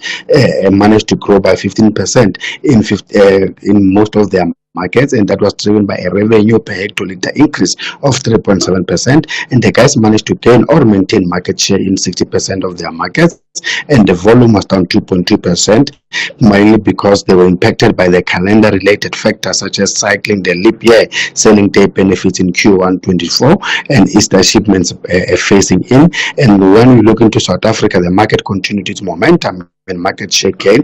Corona and Stella Artois leading the pack. And yes, the US Central Bank left interest rates unchanged and warned of a rising risk to the economy from higher inflation and unemployment. And Trump said that the Fed's chair is a fool, and at play is also the prospect of a de-escalation in trade tension between Washington and Beijing, with investors closely watching for developments ahead of the planned meeting in Switzerland that will happen this Saturday. And further to that, Trump said today he will announce a major trade deal with a prominent country, and indeed it was the UK, which, by the way, they were not victims of higher reciprocal tariffs. They only had a baseline 10% levy, and as expected, the Bank of England reduced interest rates by 25 basis points, that is to 4.25%, and locally our March manufacturing production decreased by 0.8%, following a 3.2% slump in February, and that itself marked the 5th month in a row of industrial activity declines, though it was the mildest in the sequence. And trade deal between the US and UK raised hopes for a de-escalation when it comes to tariffs agenda, lifting oil prices, and Brent crude is up 3% at $62 a barrel, and the very same reasons that lifted oil prices pushed down the yellow metal as it got less appealing as a safe haven investment. Gold is down 0.1% at 3,360, but platinum is up 1.6% at 989. Global markets, Ashraf, are up except the UK and the local pause, with the JSE down 0.5%, and we've been tracked down mainly by our resources, and the rand managed to firm almost 0.4% against the dollar. It's now 18.16, 24.19 against the pound, and 20.51 against the euro. Okay, perfect. Thanks for that. We'll connect again tomorrow, Makwe. It means time now for me to connect to you, because I want to get a sense of what do the people feel about, what are the issues that are, what is the pulse of the nation? So I need to hear you. Luba, we'll get to you in a moment. Across South Africa, online and on radio. SAFM, let's talk. Let's talk indeed. So let's talk about the Nedbank Cup final with Luba and Gugulethu. Go for it. Hello. Hi there. Yeah, are you going to travel from Gugulethu to Durban? I'm just trying to work out the logistics. Maybe that's what you're talking about. Yeah. No, sir. Unfortunately, I will be not. Because first of all, this game was supposed to be played in Cape Town Stadium, which was apparently leading the race to host this cup final for the first time ever. That was before the games were played, and which teams are going to go to the final.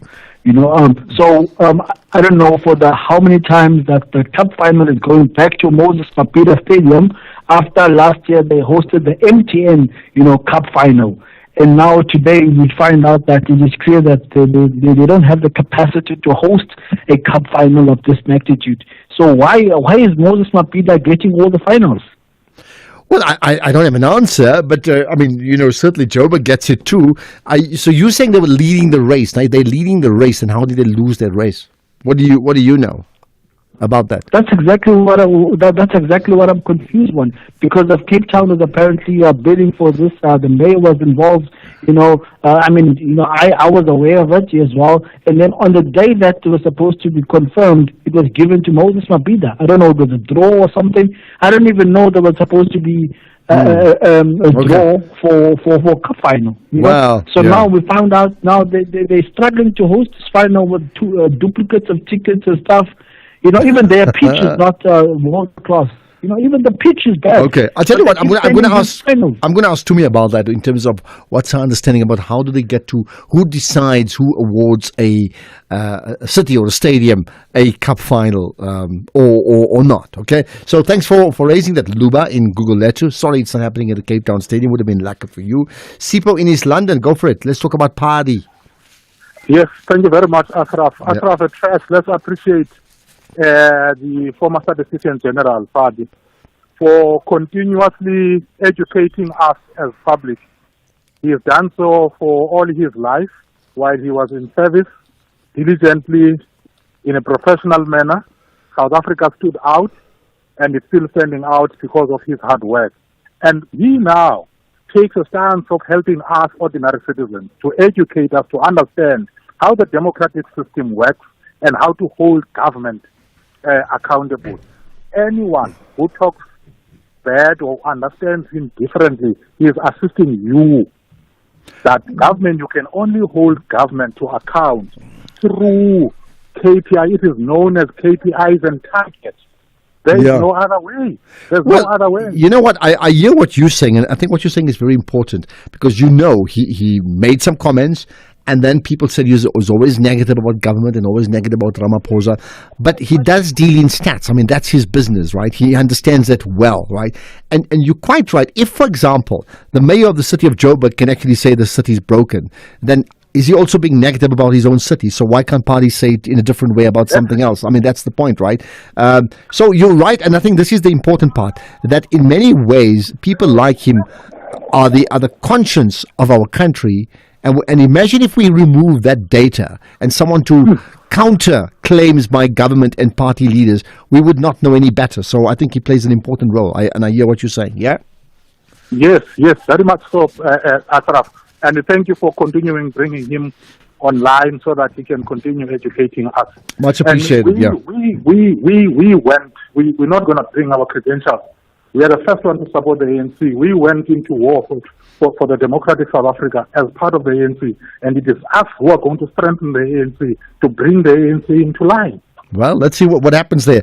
Thank you for that. I must say, on a personal level, Paddy is someone that I know personally. I can call him a friend, and I've had the privilege of meeting him over coffee more than once.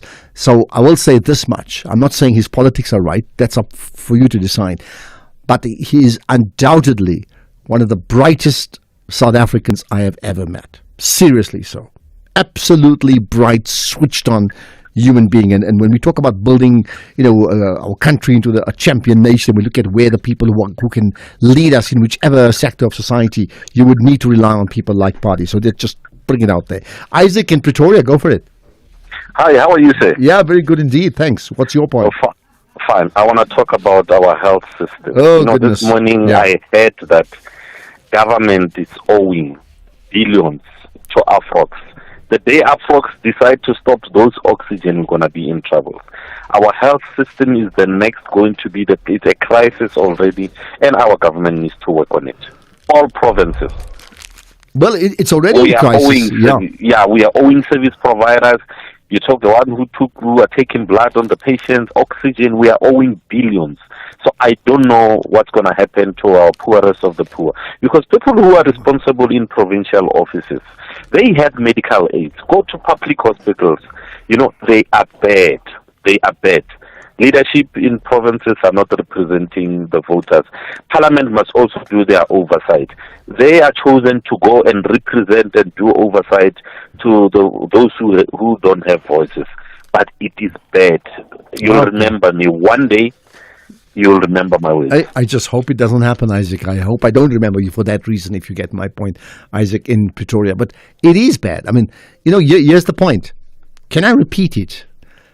I love my country. I want this country to work, and I desperately want it to work. I don't want to be under the flag of any other country, seriously. On the other hand, we can be patriotic, but we must also admit that in being patriotic, we can be critical because there's a lot that is going wrong in our country for a good few decades, and that no other place will tolerate it, and we still tolerate it. So, Isaac, thank you for that. Let's get to some of the other comments that we've had. Let's talk about another one about Paddy. Good afternoon, Ashraf. I think the former statistician has nailed it in the head. You can't be having a planning with no target.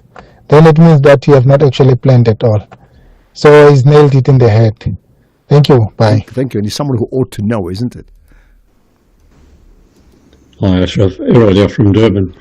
You know, Malema often criticizes the ANC for supporting white capitalists, yet he himself lives like a super rich capitalist. He owns penthouses and mansions and earns a huge salary. So, yeah, Errol, Durban. Okay, you made that point. By the way, what do you make of the Julius Malema visa issue, no visa issue to the UK, to Great Britain, and interestingly enough, the apology. So he's got no visa, but the apology coming from the British commissioner in South Africa, and we're going to talk about that just now. I'm just trying to look at the words of the apology. Why would he do that? Like, what's the rationale behind that? Just think about it. Here's another global comment. Mr. Ashraf, I would be happy if you can give us more information of what's happening in Niger, Mali and Burkina Faso at the current moment. We hear a lot about Donald Trump and Ramaphosa. Can you please give us more information about the great things that is being done by the young man Ibrahim Traore? We will be very happy because of he's the son of the soil, a man of an African continent. Thank you.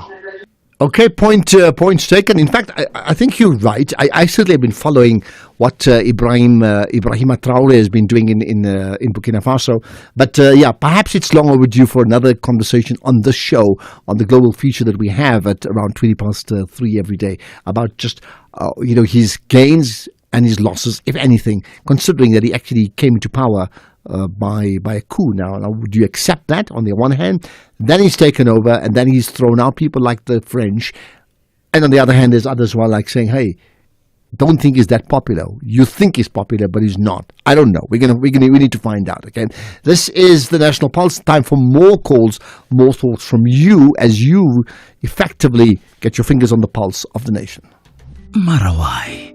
Why did you think you could change your tire when you've never even changed a light bulb successfully? Marawai. Why not switch to Santam and get 24/7 roadside assistance to get you moving again? Choose the insurer with cover options that suit your needs. Call 0860 444 444 or SMS cover to 36101. Santam. This is freedom. Santam is an authorized FSP, a licensed non-life insurer and controlling company for its group companies. We've upgraded. Our new GIS-linked national address database lets us connect with you better than ever before. By visualizing licensed and unlicensed households nationwide, we can ensure timely communication. Our payment reminders are a crucial tool to help you stay compliant and avoid penalties, empowering you to take proactive steps. Efficient electronic communication helps us collect fees seamlessly, bolstering the SABC's mandate in line with Section 27 of the Broadcasting Act. TV licenses. Pay yours. Make a difference. I'm Michelle Constant. Join the JSB crew and I every Saturday and Sunday morning between 7 and 10 a.m. We promise to keep you informed and entertained with innovation, culture, cars, travel, life learnings, environment, and of course, your big fat juicy. Small stories, big ideas, massive inspiration. The Jet Set Breakfast on SAFM. Call us on 086 000 2032. Tell you what, I'm not Christian, I'm not Catholic, but I've certainly been keeping my eye on the smoke, black smoke, and looking at that all-important chimney. With that in mind, Glenn from Batterview has a comment on the Catholic Church. Go for it, Glenn. My friend, good morning. Yeah, good afternoon. Yes, Ashraf, I would like to commend the Catholic Church for its important role in society. Yeah. I'm not a Catholic myself. I've never been. I don't even know their procedures. But I think I like the way the church is invested in society, because I come from a small town of St. Eastern Cape before I moved to Bedfordview many years ago. There's a big hospital there that was built by the Catholic Church during the apartheid days called Mlamli Hospital. My grandmother used to work there. And the current government messed up the hospital today. It's a clinic, and yet it's the biggest hospital in that region. It was maintained by the Catholic Church. It was built by the Catholic Church. I just want to commend them for the good work they do for the society. And I'm like you, I keep on looking out for the smoke coming from Rome. and I don't even smoke cigarettes. So I smoke something, I tend to We're cough. the same. Yeah, so there we are. All right. Eye on the smoke. Thanks for that, Glenn. It's an interesting one. How has the Catholic Church, but has it applied to the Anglican Church as well in terms of their contribution to creating South African schools and communities, and some may say the same could be for people of the Jewish faith, where they've done the same, or the Hindus. I certainly know, as a Muslim, I'm aware of the community involvement of these faith-based organizations in uplifting communities, and it's been phenomenal. So sometimes as a country we tend to ignore the role of faith-based organizations working outside of government, but sometimes working with government to try and build the type of communities that we so desperately need, right? And how important is their role? Right, let's get further comments. One is about Cape Town. Ashraf, good afternoon. I'm just thinking, I read a headline today which says Mayor Gordon Hill Lewis is saying the city is falling apart. Cape Town City is falling apart. I think it's to justify the tariff increase of 30%. But maybe one should have that conversation, SAFM should have that conversation with him to ask him what he meant by the city is falling apart, because according to the DA, this is the best run city. Well, according to him as well. Makes you wonder. Does make me Teresa. wonder. Thanks for that, Teresa. In fact, I'm going to get Temba and Keys to check up, and maybe Vusani as well, to see if we can find that quote to say, where did he say that this city, my city, meaning is the mayor of Cape Town, is falling apart? I would be surprised if he said that. I really would, right? Ashraf, this Colin guy from Cape Town who worked for Transnet, I think he keeps repeating this lie that gets repeated by many people. I worked at one of the utility power stations, and I spoke with a lot of old white engineers who still remained, and they were never chased away. It's particular in this power station, which I'm not going to mention. They were never chased away. Most of them decided to leave ESCOM when the transition into democracy was clear, was coming forth. Most of them voluntarily decided to leave. And then they keep peddling this lie that white engineers were made to leave power stations and or SOEs. Well, maybe just jog my memory about it. I think it's an important one. Were they forced to leave, as in shafted out and given a big retrenchment package to leave, or did they voluntarily leave? And if so, why did they leave? If it is voluntarily, why would they want to leave? Like, I'm really just trying to think about it. I do know some people who got a package and then had to start up another business, and they had the skills to be able to contribute nationally, and they didn't. I know a few people, but if you know more, I want to know too. Ashraf, good afternoon. The golden ideas that Paddy is sharing with us now, he should have shared this with the government of the African National Congress when he was serving under them as a statistician general. There is no use for him to come and howl outside the ANC at this stage, because ANC is not starting anything new. These things have been there when he was still enjoying that limelight when he was statistician general. Well, I don't know. You see, the difference is he's not a former. You can argue that point about Jay Naidu, for example. You can even argue the point about who did we have yesterday? Reverend Alan Busak, right? Who was the premier of the Western Cape at some stage. But Paddy is not an elected official or politician. But yes, he's been appointed as a statistician general, but his very nature is always going to be in stats. So he's actually doing what he has been doing all his life, I think. Ashraf, good afternoon. One thing that can reduce or put crime to an end in this country is to look at the population of this country and say majority of the people here are black people. So let's use the epistemologies of how to fight crime, because what we are using now is Western and it doesn't work for us. Because in our own black African way, if you find somebody with stolen goods, that person has stolen. There is no need to take this person to court for being proven guilty or beyond reasonable doubt. That thing, it has brought disaster in this country. Okay, well, there you are. It's a question of accountability. Interesting one indeed. Hey, Ashraf, you know the lady that you've just spoken to who says she was beaten by police and she was called mad and she was medicated? This lady has been calling the radio station for over 2 years with her story. Every time. And I'm now getting an impression that even calling the radio station, maybe the radio station is thinking she's mad. But she's been talking about this for years. When is someone going to listen to her and get to the bottom of this? Thanks, it's Bongi here. Well, I don't know. I mean, we certainly don't call people names at all, but I hear you. I think after she called today, even Keys reminded me, Ashraf, she's called before. So, yeah, we tend to forget. Sometimes we speak to so many people.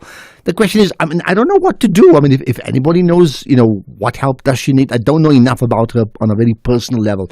And, it can be very presumptuous that I can decide for her what's right for her. I don't know. But if you know, well, let us, I don't know. If you know, just maybe share it with us and let's see if we can assist in some way, because it's another human being like you and I and everybody else. Let's get the news. It's 5 o'clock. Here's Greg House.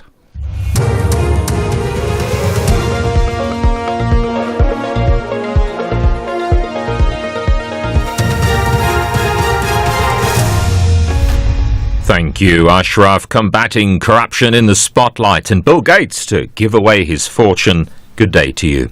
The Justice and Constitutional Development Minister, Mameluku Kubai, says collaboration on the continent on how to combat corruption is crucial. She delivered the closing speech on behalf of President Cyril Ramaphosa at the Commonwealth Regional Conference for Heads of Anti-Corruption Agencies in Africa, taking place in Cape Town. Global networks of corruption exploit vulnerabilities in the international banking systems to launder money that often ends up financing other crimes, including terrorism. Effective international collaboration requires that countries have strong anti-corruption policies frameworks and that they build institutions that have integrity and capabilities. The ANC Secretary General Fikile Mbalula says the party remains confident in the newly appointed KwaZulu-Natal Provincial Task Team, despite losing 3 wards to the MK party in recent by-elections. He was addressing the media during his engagement with the Provincial Task Team in Durban, which was appointed about 3 months ago. He says while they are concerned about losing the wards, there is progress. We have lost, and we did not camouflage that loss in KwaZulu-Natal. We are a 17% party, and we need to get out of that. We have been working on a program of renewal and a comeback in KZN. Is it working up to this far? It is. There are sparkles of good work that has been done, and I'm not over defensive and saying that, no, everything is hunky-dory, we are winning, we are not concerned. We have lost important wards of the ANC from members of the ANC who left the ANC and crossed over to the opposition and won important wards. But equally, the ANC have made strides. Mbalula says the party's main focus in KZN is to strengthen its structures on the ground, restoring unity and trust in the party. We are here to look into our house, not to blame it on anybody, but to reorganize a well-disciplined machinery which have been well-led up until this far. And we have reinforced our leadership here, reconfigured it, and we are here as the Secretary General's office to do what we said we'll do, to monitor and to work with the province to improve the standing of the ANC, but at the same time to sharpen the machinery. The African Media and Communications Forum and the National Press Club have reacted with shock and sadness over the deaths of Pretoria-based journalists Sibusiso Serendlovu and his partner Zodwa Mludli. Police have confirmed that human remains have been found in bushes at Rustewinter in Gauteng. According to the Press Club, the forensic team have positively identified the remains and confirmed that they were murdered and dumped in a veld. The couple have been missing since February. The Press Club's Antoinette Slubbert. We would like to thank the South African Police Service, the leadership, and each and every member of the force that assisted in the search for the couple. We are devastated. Thanks to all the colleagues who assisted with keeping the search on the agenda. We were unable to bring them home alive, but at least the family can get closure and we can bury them with dignity. The founder of Microsoft, Bill Gates, says he'll give away almost his entire fortune over the next 2 decades and then close down his foundation. He's earmarked $200 billion for the world's poorest, saying he doesn't intend to die rich. The top story, the Justice Minister says collaboration on the continent on how to combat corruption is crucial. That's SAFM News. I'm Greg Goes. In your sports, the Sound Gigasi downplays favourite Tag Sharks makes 3 changes, and the Gauteng Golden Fireballs claim top spot in 2025 TNL first leg. More details at 5:30. SAFM, guiding you through the rush hour traffic. Let's kick it off in Pretoria with heavy traffic on Eskia and Phathele today from the city centre, Marabastad, all the way up to the Mopani Highway. Some really heavy going there. N1 not much better either. There's a crash by the R21. This is northbound. So you've got a crash on the M1 north at the R21 and then a breakdown by Garsfontein. So it's really a joined up queue from John Foster all the way through. Also a breakdown M1 north at New Road. That's heavy. Backlogs right through the sort of Melrose on the Mike 1. The N3 north from Limbro Park to get into the N1 up to Midrand. Pretty heavy as well. Roadworks on the R21. Leaving the airport, causing a major backlog. Queues from Barber Road on the R24 all the way up through towards the Benoni exit. And if you're airport bound, there is a collision near Voortrekker Road. So coming down from Atlas Road, that's quite heavy as well. Durban, major delays coming in from the Lansam Toti, Tweeny Hill through to Prospector, N2 North, really heavy. A lot of traffic on the N3 today, outbound Sherwood to Paradise Valley, inbound from Marion Hill Plaza all the way down towards the M7. That's a big backlog as well. There's been a crash on the N2 South before Komarshu Highway, coming from Gateway. That's pretty heavy. A lot of traffic around the Chris Hani Komarshu Highway into bridge system as well. And then Cape Town, just busy into the Kuiper. Get a change. N1 outbound, N1 inbound. Both sides are really heavy. And the N7 queuing into the roadwork south of Voortrekker Road. Backlogs there from Frans Conradi. With your traffic update, I'm Rob Byrne. If we have rights, shouldn't we also have opinions? SAFM, leading the conversations that move us. Rise and shine every weekday morning on Expresso. Now, whether it's a motivational Monday or even a Health Tuesday, this is the best way to start your day. Let our trending tech keep you ahead of the curve. Join us online and vote in our fashion poll. Elevate your cooking skills every Wednesday. It's the best and morning entertainment. So wake up with us. 6 to 9 a.m. on S3. Cheers.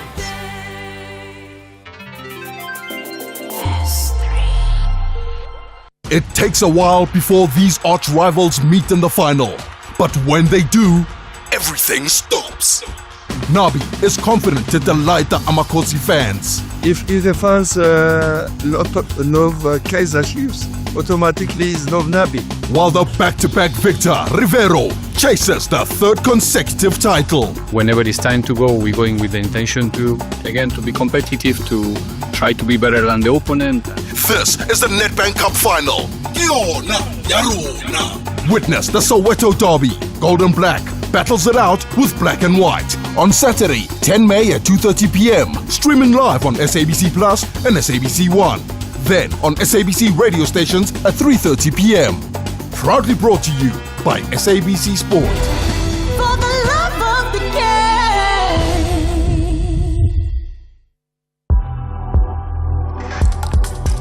The National Pulse with Ashraf Garda on SAFM. You're listening to the National Pulse, weekdays 3 to 6 p.m. So, have you been following the story of Julius Malema? Of course you have been. You can't ignore him, can you? But certainly his attempt to get to the United Kingdom, to speak, I understand, at a university in Cambridge, and then via his tweet, which we discussed yesterday, you had a situation where his visa was, he was turned down, like at the 11th hour, according to him. He clearly has been furious. He's even made the point like this is a war, whether he said so or the EFF. I think it's the EFF in terms of their statement anyway. And then you get an apology of sorts that is so interesting, because that apology comes from the British High Commissioner to South Africa. And I'm just wondering, so the Home Office declines the visa application, and South Africa, the British High Commissioner then sends a letter apologizing to Julius Malema. And I'm trying to understand what was the intention behind that, right? So we'll get to that in just a moment. In the meantime, what about your thoughts? Again, if you're a first-time caller, please tell me so I know. I want to congratulate you and welcome you to the National Pulse. If you're one of the regulars, let me know as well, so that I know too. Also, just feel free, besides, you do know when you call in and you give the name of your city or town, you put that place on the map as well. You do know that you're the ambassador for that place. But for those of you sometimes who are up for it, just tweet us as well. Besides WhatsApp, just tweet with a picture of where you are. If you're WhatsApping, it's 0614 104 107, text or voice note. But to call in, it's 086 000 2032. Right, there's further comments, and again, I think there's more once again on Padile Hotline. Hey, good afternoon, Ashraf. Former statistician is spot on here.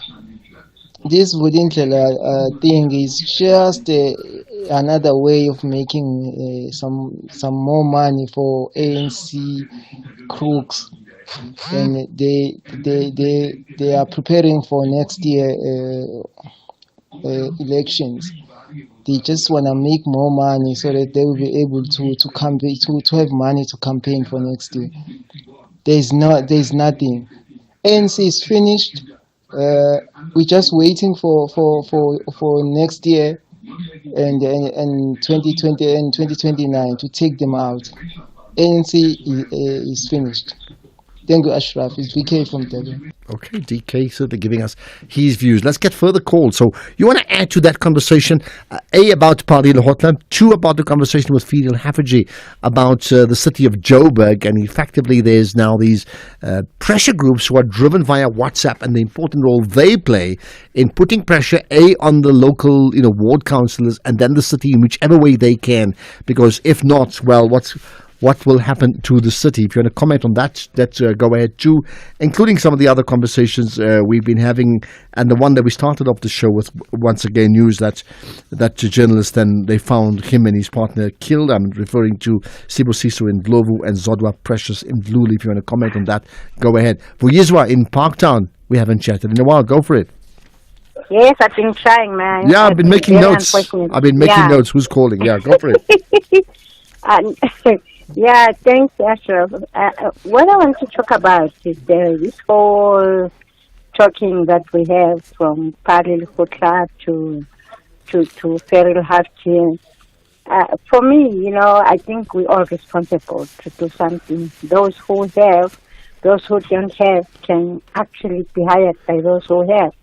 The other day I was in Kliptown, and I was so hurt to find that Kliptown is in tatters, but it made a lot of multimillionaires, and no one cares. The reason why Cape Town is shining is because all the white people, I've got more than 10 friends that I know who are white, and they've all moved to Cape Town, and they have money, and they will do anything for anything. So I don't know where this talking is going to take us to. If we don't sit down and say, I'm going to, I know of a brother who made a film, and when he arrived in the Caribbean islands, people didn't have money. But someone was saying, I've got a spoon, you can sell it, I've got this. Yeah, but I hear you, but you see, by and large, we do appoint people to talk on our behalf. You can't have a council in a city and every one of us goes to the council every single day. So therefore, we have to appoint, we have to elect people to speak on our behalf. The problem is that you've got people who feel they're entitled. Without them, nothing is going to get right. like for instance, there's even actually, poisoned African people who believe that a white man has got all the miracles that can build. Okay. Then I don't it's know all if everybody given to believes intellect. it. Yeah. Yes. Okay. So what we can do is work together. Okay. I wish we can. Buyizwa in Parktown, work together. By the way, there's a groundbreaking ruling around people are blind in terms of access to information that we'll talk about just now. Sitembile in Cape Town. You're the first time caller, right? Yeah. Yes. Welcome to the show, and may that continue on the National Pulse. Right, go for it. Yeah, Bule. No. The only thing that I would like to talk about is the issue of Ubabu Julius Malema. Mm-hmm. This is fact. I think as Africans, we just need to stand up and do our own thing, because now all the Western countries are doing their own things and they are refusing visas and so forth. We just have to stand up and start having support towards us. I think that's quite important. So when you say support, explain that. I mean, support means what? I'm just saying, as Africans, we need to stand up and support each other and make sure that we stand together. Because the system that is coming from the Western countries is just a manipulated system that people will do what they want to us as Africans. Once we stand together and start making use of our own resources in any way, we have enough resources. Once we start supporting each other, we can conquer the world and so forth. Okay, got that. Conquer the world. You sound like me, but no, we have to stop dreaming. I mean, here's the point. Thanks for that call, Stembile. But here's the point. I think I'm in agreement with the concept, and I like the rugby concept of stronger together. That means if we united as a nation, united with one purpose, like what is our purpose right now? Do we have a purpose that no matter who we are singularly united in that purpose to say that's what we want for our country? That unity we must have. Outside of that, in terms of unity of thought and unity of opinion, to think that we're all going to think the same way, we are dreaming. It doesn't matter what. Listen, you can be from Soweto and one still supports Chiefs and Pirates. I mean, you get my point? That differentiation is always going to be there. Ultimately, what's important is don't expect people to be united to support like one party, for example, but to be united with a common cause of no matter who you support, what is right overall for the country. Can we truly be amplifying, the version outside of rugby of stronger together? That's important, right? Slipper Day is on the 30th of May, and I'm helping to make big dreams come true. When you support Slipper Day, you're helping Reach for a Dream bring smiles and joy to children facing tough illnesses. Do you want to help too? You can visit reachforadream.org.za to find out more about Slipper Day. Let's do it for the dreamers. This is an SABC supported initiative. We all have dreams. Some people dream to be astronauts, while others want to yell, Vimba! as they chase that elusive shoplifter sprinting out and into Diamond Walk. Others might look at a broomstick and think to themselves that witchcraft might be the way to go. The possibilities are endless. But for Hollywood stars Ryan Reynolds and Rob McElhenney, their dreams is to make it big in the English football leagues. Tune into Welcome to Wrexham as the duo aim to turn Wrexham AFC into an underdog story that the world can root for, bringing hope and change to the community. Welcome to Wrexham, Saturdays at 3 p.m. only on S3. Open up.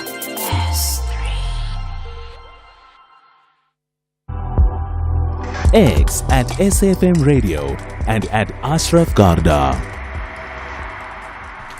Right, so we should have been chatting, and I must apologize for this. We're hoping to talk to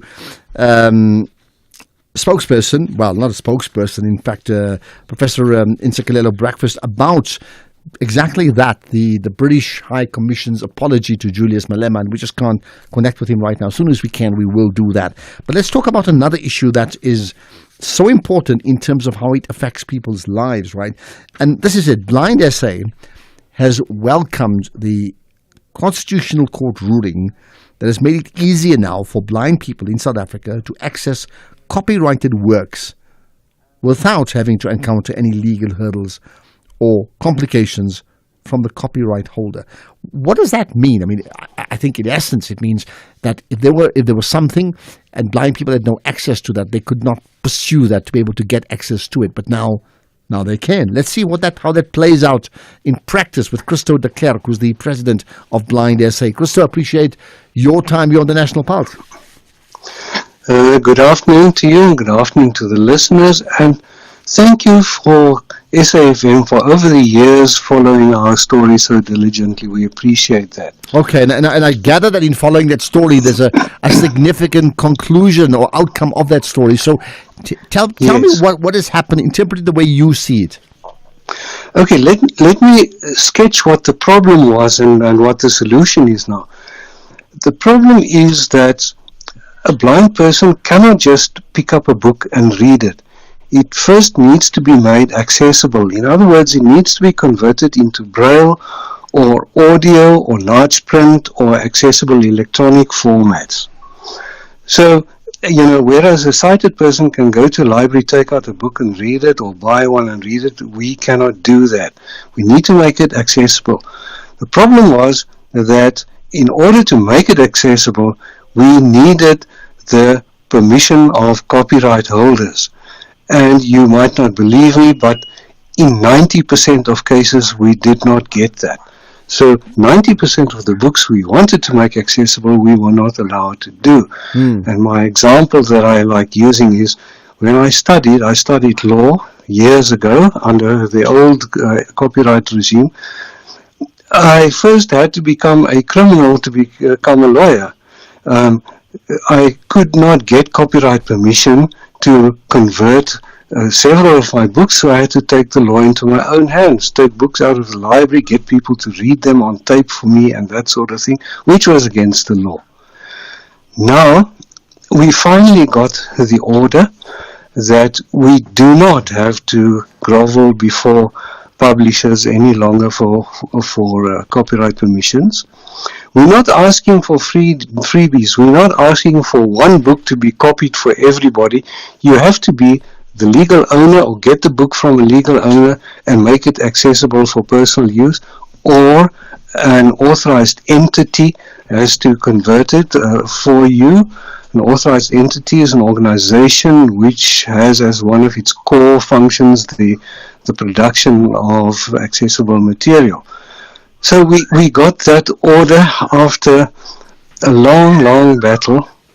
My own involvement with this started in 2005, so it is 2 decades now. Sure.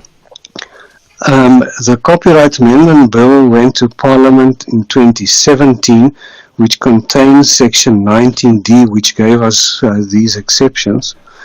But the bill was so highly disputed that it took years and years, and it took the president almost 2 years. It was on his desk twice for signature. Once it was on his desk for over 13 months, and then last year again for 7 months. So in these years it was lying on his desk for almost 2 years without him doing anything about it. So we took the matter to court to get the issue finalized, and eventually yesterday we did. What the court did was, although the Copyright Amendment Bill is still disputed, it's still going to the court, and the hearing will be on 21 and 22 May. The court took Section 19D out of there and enacted that, as it were. It read it into the old Copyright Act of 1978, which had been found to be unconstitutional in this respect, and gave us the relief of Section 19D with immediate effect. And because the reason why we had to go to court is because the president delayed in doing anything about the bill, so that the interim relief we had lapsed on 21 September last year. So it was on account of the president's failure to do anything that we needed to go to court, and also because he never communicated with us, never responded to any of our inquiries about what was happening, and therefore a cost order was granted against the president. He got to pay at the rate of 2 lawyers. So yes, we are jubilant. Okay, so now that you are empowered, right? How would you express that level of empowerment? What I'm trying to say, you got the law on your side, but there are logistical issues, there are practical issues, there are cost issues that come into play, all under this very important ruling of being able to get access to information for people who cannot see, who are blind, right? Yes, so one of the major benefits, of course, is that learners and students will never be found without their books again. They can, if they do not have to grovel for copyright exemptions, they can have books made accessible for their studies. That's one major benefit. Another example I like using is there is an online library of accessible books for blind persons in the United States. It's called Bookshare. It has over a million publications which are available for international download by people, a blind person or print disabled people, they call them, in countries which have ratified the Marrakesh Treaty. Now, yesterday's judgment sets the legal framework which will enable our government to sign the long overdue Marrakesh Treaty, which came into existence 12 years ago already, and our country has not yet ratified it because it said that it did not yet have the legal framework to do it. Well, it has it now. And once the country has ratified the Marrakesh Treaty, all those books will become immediately available to us.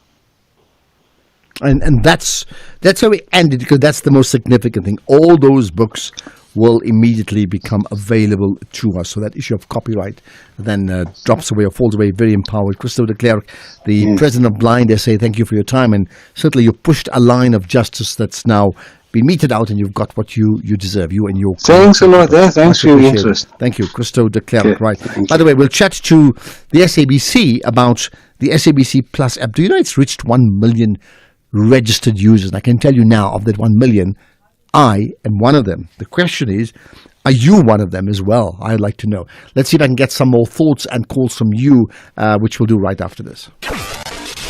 Across South Africa, online and on radio. SAFM, let's talk. Right, again, there's comments about Julius Malema, so pity we couldn't get a conversation going about it, because that was the plan anyway, but here we are. Good afternoon, Mr. Ashraf and SA listeners. And I believe the cancellation of Mr. Julius Malema to British, I believe it was deliberate slow. When you say deliberate, of course it's deliberate. I mean, it's an action that a country takes when they don't want someone to come to that country. So that is deliberate. The question is why? Well, maybe you can work out, because maybe pronouncements he's made. I mean, I don't know.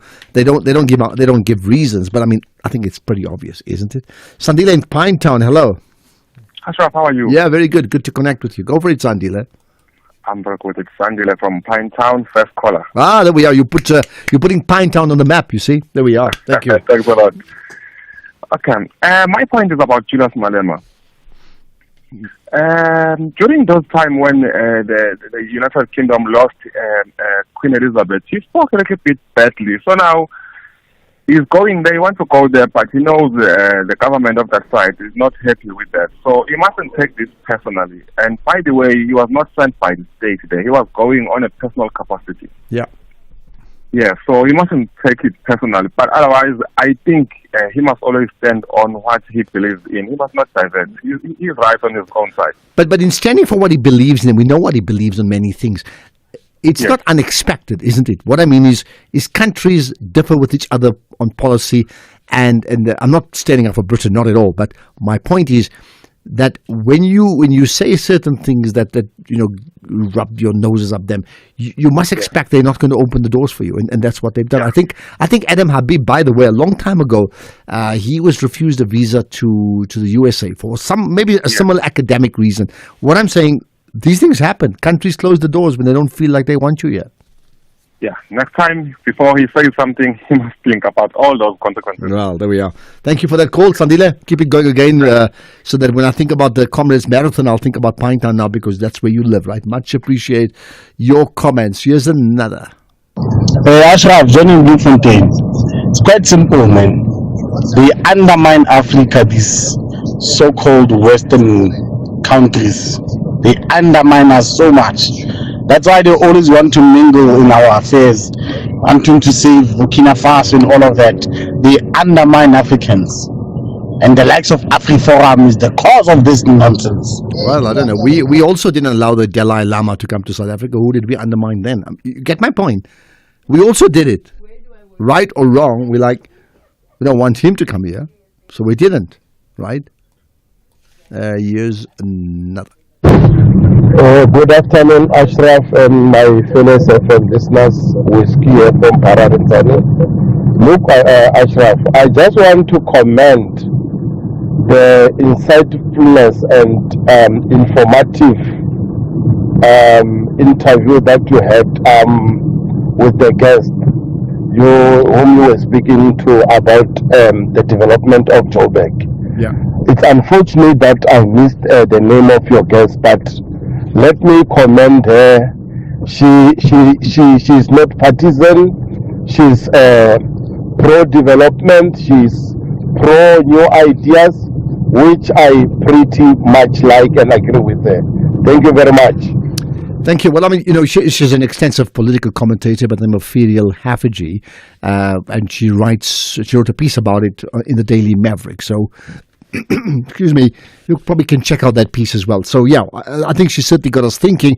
And the podcast of that conversation should be up already. I'm looking at Vusani. Should be up anyway. We'll tweet it out. But it also is available on the SAFM website. So you can check that out, safm.goza, podcasts, and then the National Pulse. Let's get to the news headlines. It's 5:30. A quick look at the headlines. 2 students from the University of Johannesburg have been arrested for the murder of a school learner. The Justice Minister says collaboration on the continent on how to combat corruption is crucial. And Britain has been holding a service in London to mark the 80th anniversary of the end of the Second World War in Europe. There's a full update, as always, at the top of the hour. SAFM, guiding you through the rush hour traffic. Well, it's very heavy around the airport at OR Tambo, Joburg side. There is the problem with the roadworks going up between the Pomona and Benoni exits. That traffic is heavy. It's all the way back through to Barbara Road on the R24 eastbound. So big delays that side. And then a crash going south in towards the airport by Fordrecker. And that's a queue that pushes back through the Pomona exit as well. A lot of traffic on the N3 today. Buccleuch all the way down to Hilton, Ace jam-packed. A lot of traffic on the Mike 1 N1 from Melrose right through to New Road before you're out of that heavy stuff. Behind that, the N3 queuing up from Limbro Park to get up through Buccleuch and into the M1 North. Also crash in Pretoria on the M1 North at the R21 heavy from John Foster Drive. And if you're leaving Pretoria, Eskia and Pathlele backed up heavily from around about Marabastad all the way through to mighty Mopani Highway sort of territory. Coming into Durban, it's busy today. There's queues on the N3 after Marion Hill all the way through towards the M7 highway. You've then got the rumble strips between Paradise Valley and Spaghetti Junction causing additional delays. You've got a big backlog from Tweeny Hill up towards the Prospecton exit on the N2 northbound, and you've got some very heavy traffic on the M13 Sherwood through to Westville in both directions. Cape Town today, Marine Drive busy from Milnerton out to Sunset Beach, not as bad as it was yesterday, but it's still pretty slow. And the N1 inbound is heavy today from the N7 all the way through to Coburg Interchange. Out of town, it backs up from the elevated freeway through towards Coburg Interchange, and some heavy traffic coming out of Kommetjie this afternoon. Roadworks at Capri, long delays on that Kommetjie road outbound. With your traffic updates, I'm Rob Byrne. This is SAFM Sports with Tumi Nkgapele. So, to me, early on, we had the caller from Gugulethu in the Western Cape, Cape Town. It's like, why can't they bring the Nedbank Cup final to Cape Town? Because we were leading the race. So, I don't know. How would you lead a race and lose the race? But maybe you can tell me more. What's the process? So there's a bidding process. I think first is first, the PSL, the EXCO of the PSL is the one that decides where the game is going. But there's also input from the sponsor. they're also able to give their suggestions that perhaps let's go to this, and they also look at the grade of the competition, like this Nedbank Cup. It's a Soweto Derby, Chiefs Pirates. It's grade A, so they'll need to go to an international stadium, number one. That can house that many people. And also they look at the safety of it all. So all in all, the PSL is the one that decides. But also from my understanding is that the advantages of going to Moses Mabhida is because the city is basically covering all the costs. They don't have to spend much in terms of the flights, the accommodation, this venue. PSL does not have to pay for the venue. So it's just bring yourself, come here, obviously tourism is one of the main so the city subsidizes it because they want to bring tourists into that city. Of course, because you can only imagine how many people are going to Durban this next weekend. Yeah. So, it lies with the PSL. They're the ones that decide ultimately, but the sponsor also has a say in it, like Nedbank, because it's a Nedbank Cup final. Right, yeah, bank it. I mean, I do remember, I can't remember the teams, but there were two clubs from Cape Town, and I have to say it with respect to the caller from Guguletu, they were not the biggest supported clubs in the country, but there were two clubs from Cape Town, I can't remember the names, and they played in that final, and it was already set up in advance, and I'm almost certain, if anybody knows better, that the game was played in Joburg or Durban, but the two teams were in Cape Town collectively would not be able to fill 10,000 people in a stadium if all their fans came to the stadium. So they played somewhere else. Strange world. Yeah. So we're going to Moses Mabhida. But talking about the Nedbank Cup final, Orlando Pirates assistant coach Mandla Ncikazi has downplayed talk of his side being favourites ahead of that blockbuster against Kaizer Chiefs at a sold-out Moses Mabhida stadium. And despite the Buccaneers beating Amakhosi twice this season, Ncikazi insists that it's Amakhosi who hold the edge, citing their superior rest period and clinical cup form. Meanwhile, Mamelodi Sundowns coach Miguel Cardoso has backed forward Lucas Ribeiro to clinch the Footballer of the Season award. The category will be voted by the 15 top flight coaches if the new title sponsor retains the same criteria used during the DStv Premiership era. And Cardoso adds that it's natural that Ribeiro would not perform to his best in every game, but he is the clear favourite.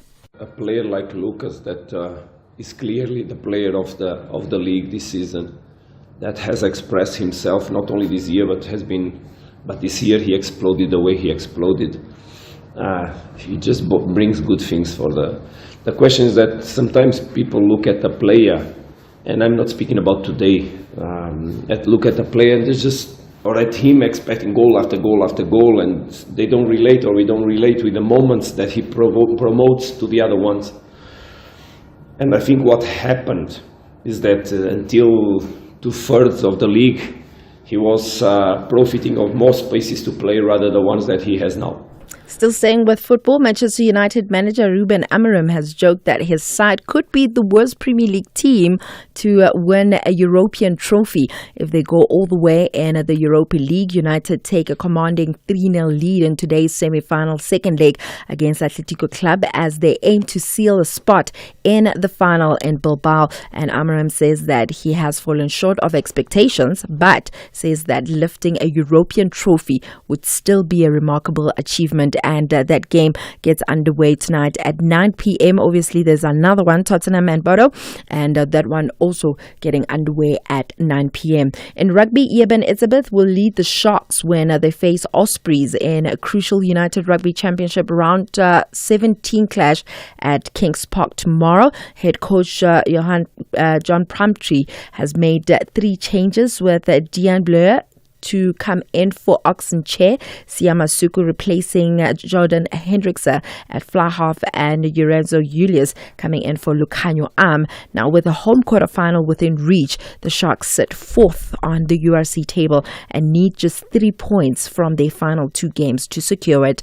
In cricket, ahead of that match tomorrow in Colombo, Proteas women wicketkeeper Sinalo Jafta says that they are under no pressure to win and are just looking to tick the right boxes as they continue to build. They will have 2 more tours that is heading to India in September, including that of West Indies, which starts on the 11th of June. In the meantime, Indian Premier League franchise Rajasthan Royals have signed South African teenage sensation Luandre Pretorius. The 19-year-old has been brought in as cover for India batter Nitish Rana and will be the Rajasthan squad for the remainder of the 2025 IPL tournament, and the deal is worth a reported 650,000 rands.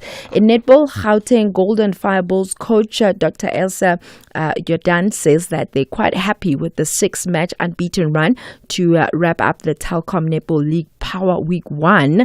This is after the Johannesburg side claimed a 100% record to secure top position in Division 1 first leg at the Sun City Super Bowl. And Jordan says that these were the final results that they were hoping for. However, she added that they are aware that it's still early in the tournament. In athletics, World Under 20 400-meter champion Udim Okan is expected to play a key role in boosting the 4x400-meter relay team's chances of success at the World Senior Championships in China this weekend.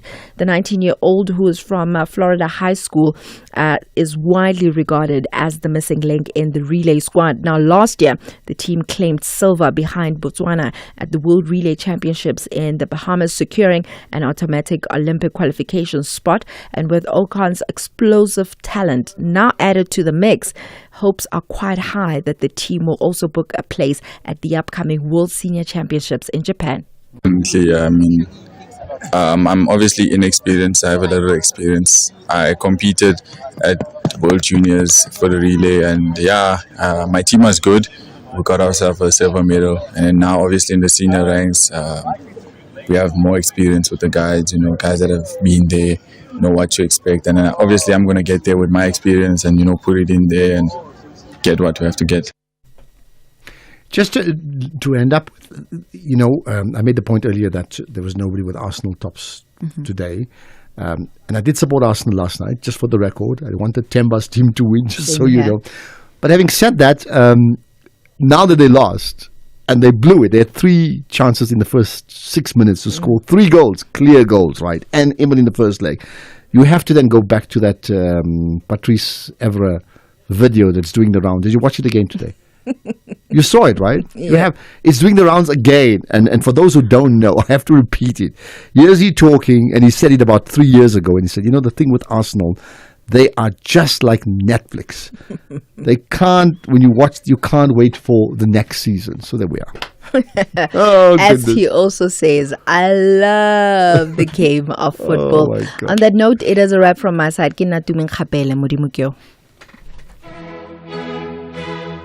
Do you want an experience of a lifetime? Where every day is filled with challenges of providing Lisa Vanderpump curated experiences while dealing with rivalries, romances, and misadventures.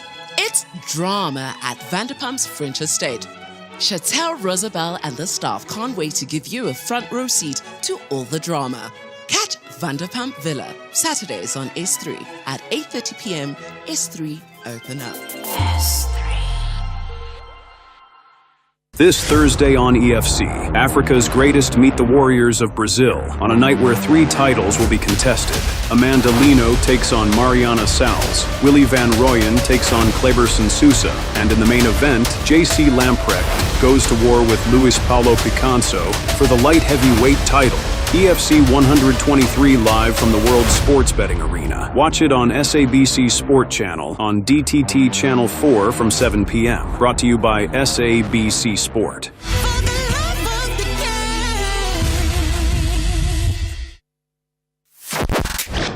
The Morning Brief. Why are you not making a specific allegation that says this judge that presided over this issue, we believe, is taking some gratuity from somewhere or has business interests that are supplementing their lifestyle, etc.? No, it's not the case. And we're calling for a lifestyle audit on the basis of that. And I think the point that you're making, actually, you're answering it yourself. So let's allow for a process where effectively we call upon a lifestyle audit. We as parliamentarians, by the way, are held accountable. So the reality here is that we are calling for a lifestyle audit. We're saying let that be made public, and let's see if there's any allegations that come from that. But I can tell you now, we're aware of certain judges that have been influenced, and that will come out. That's Nhlamulo Ndlela, who is the MK Party national spokesperson. This is Dula Sizwe Simelane on The Morning Brief. Find the podcast at safm.co.za. Economic news on SAFM. Facts and figures you can count on. And you'll find the podcast from a lifestyle audit to an audit of SAB, because there's a significant birthday, a milestone they're celebrating, I suppose. Jimmy, tell us more about it. Good afternoon, Ashraf. Good afternoon to the listeners. SAB was founded in South Africa in 1895. That makes it 130 years old.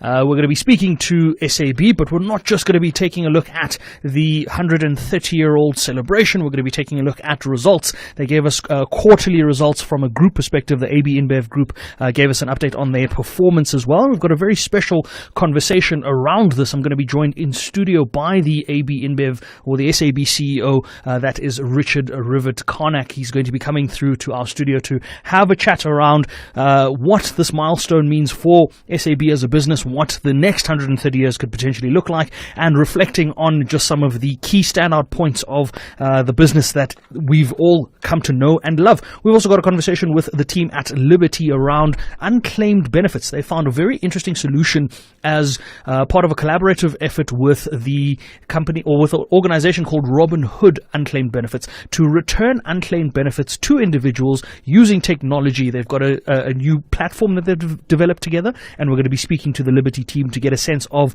how people can benefit from that. Then we've got a conversation as part of our SME of the week. We're going to be speaking to quite an interesting business in the form of Koa Academy. It's a fully online, fully accredited school that caters for grades 4 to 12. I'm going to speak to the co-founder and principal of the school around how that business was built and just what accreditations we've got. It looks as though the business does offer IEB accredited materials and courses and education from that perspective. We've also got a conversation with Chris Yelland around the Eskom plan, or Eskom's new tariff plan to look at solar users. It looks as though we're potentially going to see an increase in the fixed fee from an Eskom perspective. They've put through that application, of course, through to NERSA, and NERSA has been looking at that and reviewing that. So we're going to get a sense of what those implications would be from Chris Yelland's perspective. It looks as though it might have far-reaching implications in the years to come if the tariff hikes go ahead as requested by Eskom. But that's nothing new. We know that that is usually the case with Eskom, and we're going to take a look and see how this now affects solar users. Before we get to all of that, markets have had a bearish day, a red day on the local side of things, whereas all other markets were in the green. So quite interesting to dig into that a little later on.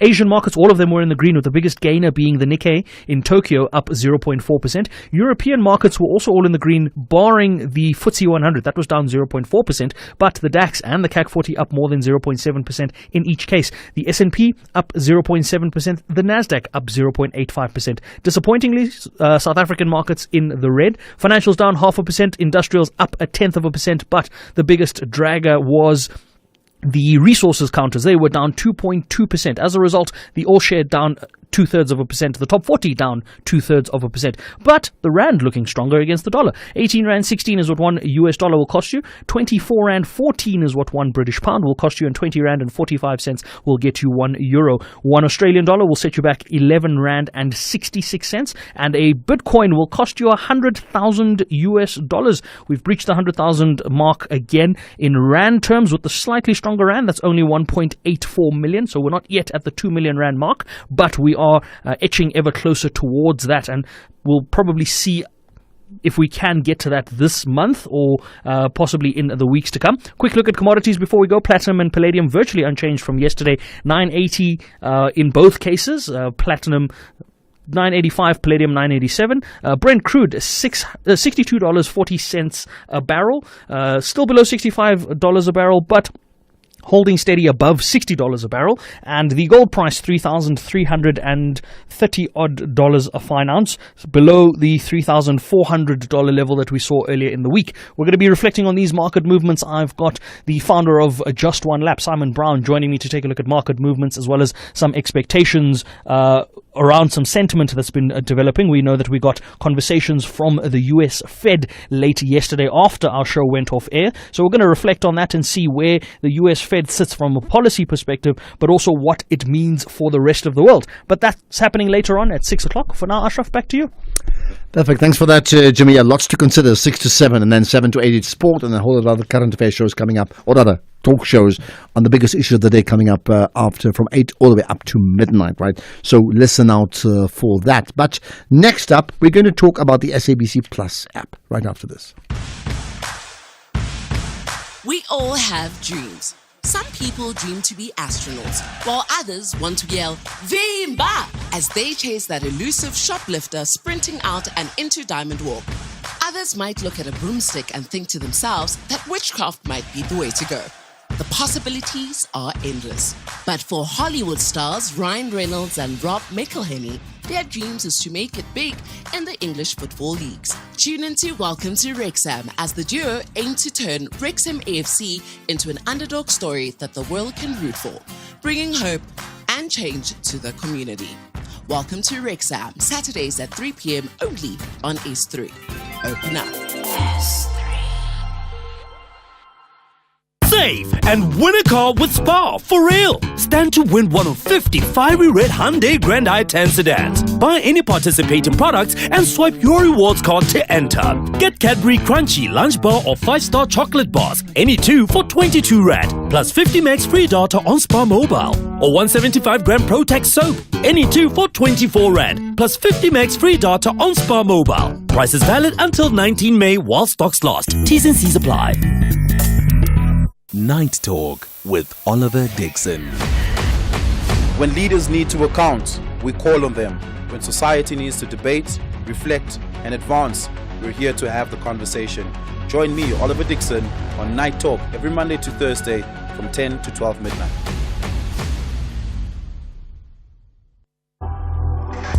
You are listening to the National Pulse with Ashraf Garda. Right, so with me is Kanyisa Melrose, the SABC Marketing Manager and Digital Corporate Affairs and Marketing, specifically that division. Kanyisa, good to connect with you once again on the National Pulse. Hey, Ashraf. Thank you so much, and thank you to your listeners. Thank you. So let me give you an anecdote. I listened to Tula Sizwe, hosting the morning show on SFM every day from 6 a.m. And for the better part of 2 hours, I tune in and have a radio on my side, and I don't tune in using the radio. I tune in using the SABC Plus app. I thought that's why I should tell you that, because we are talking about the 1 million registered users. Clearly, I have got to be one of them. I love that, Ashraf, and thank you so much for being one of the 1 million that has joined our platform. So it's really great to hear that you listen in on our platform. Yeah, definitely listen to it all the time. So, in mornings, every day, listen via the SABC Plus app and not radio. But let's then talk about this. So, 1 million registered users for the SABC Plus app. Clearly, it's significant. Tell me why. Look, Ashraf, it's a very significant milestone for us as the SABC. Number one, we understand that as the SABC, we are a broadcasting incumbent with a wealth of content, but also we have the responsibility to deliver this content in a myriad ways. And we are living in a digital age with streaming platforms that are mushrooming from everywhere. So we are trying to compete within that space as SABC Plus to ensure that our SABC content is accessible by all South Africans in a myriad of platforms, whether you're on your cell phone, like you mentioned, whether you're at work and you're wanting to listen via your laptop or your tablet. That's what SABC Plus provides. It provides the opportunity to actually listen and watch your favorite content and your local content anywhere, anytime. Yeah, and I take it that in terms of this move of SABC of the SABC Plus app, right? This reflects not just the changing society globally, but also a clear intent from the SABC side. And correct me if I'm wrong, is the push short-term or long-term to ensure that we are online first? It's definitely a longer term strategy and thinking, Ashraf.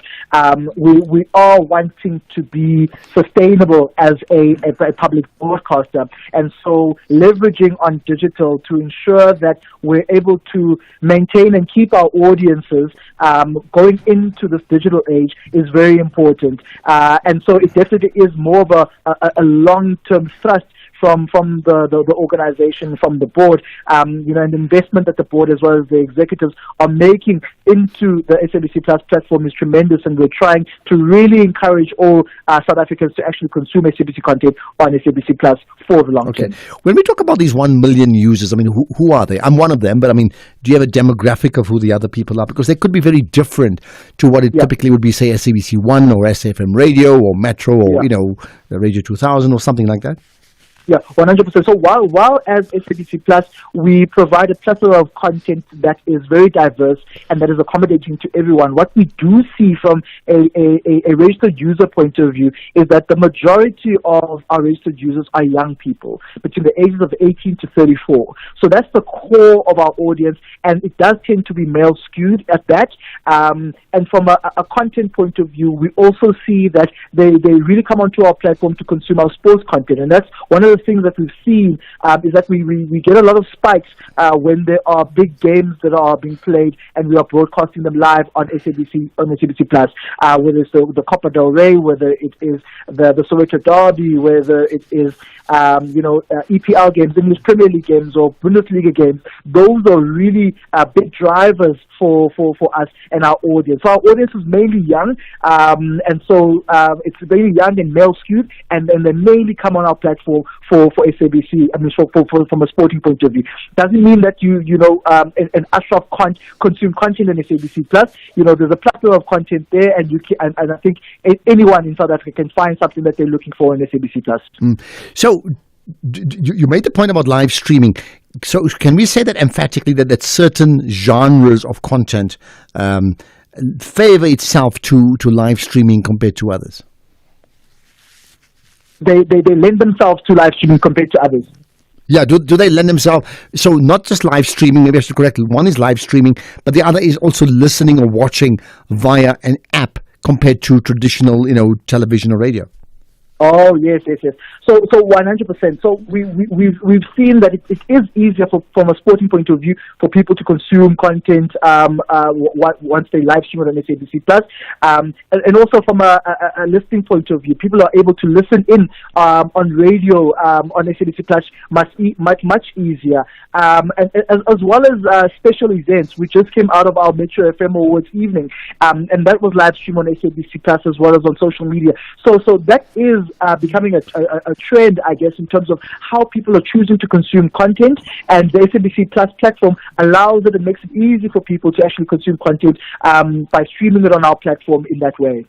Just the last thing, therefore, do have the advertisers followed suit? So users are joining the SABC Plus, using it more often, and you want that. Are you getting advertising support on the app? So at the moment, Ashraf, we are trying our best to make sure that we are financially sustainable. There is a corporate plan that we're currently following that outlines all the strategies in terms of the different revenue streams that we can actually get from this. So I can't conclusively say right now, but there is a corporate plan that we are following to ensure that we get more advertisers and we actually make it financially sustainable. Okay. Lastly, they say it's more difficult to get to 1 million than to get to 2 million. So you're at 1 million now. Are you ready now for a quantum leap? If I said 1 year from now, what are you expecting?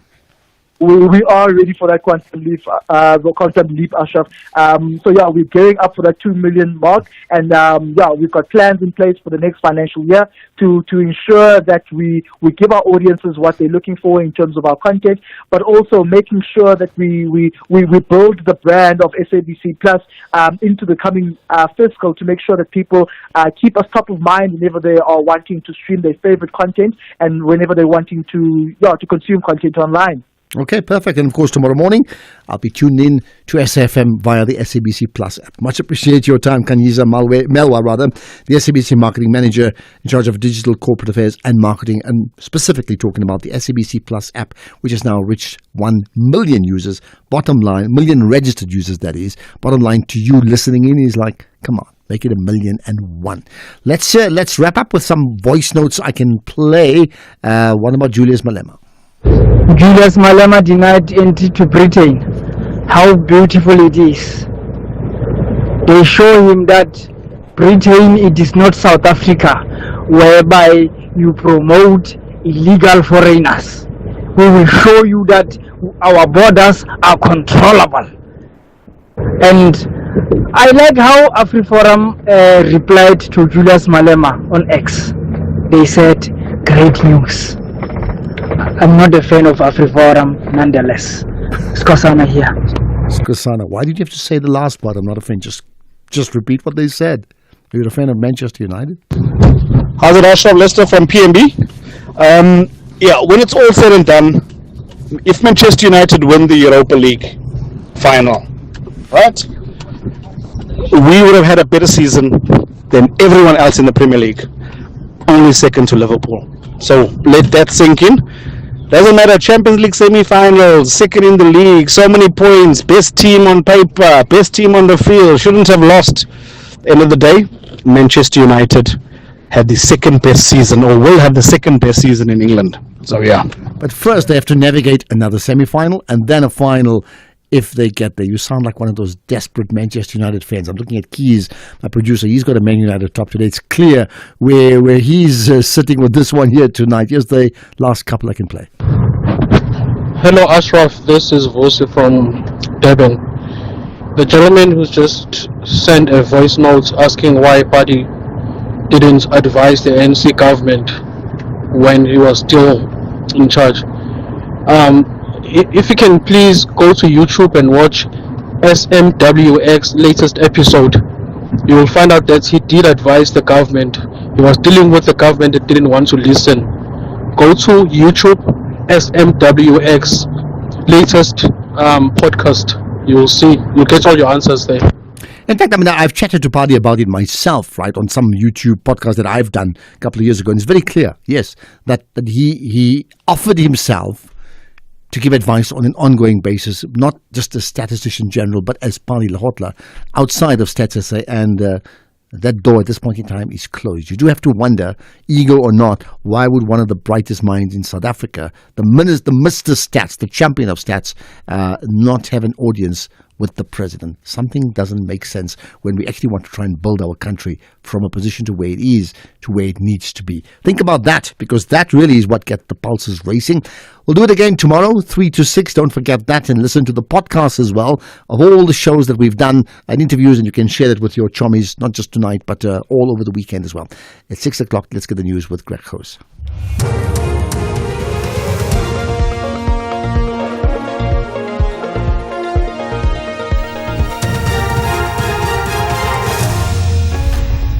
Thank you again, Ashraf. Arrests over murder of high school learner and combating corruption in the spotlight. Good evening. 2 students from the University of Johannesburg Soweto campus have been arrested for the murder of a high school learner, while 2 others are still at large. On Tuesday, the students who had been drinking allegedly stopped a school bus and demanded that the driver take them to buy more alcohol. However, the learners already on board the bus demonstrated, and an 18-year-old learner was then reportedly beaten with a baseball bat and his throat cut.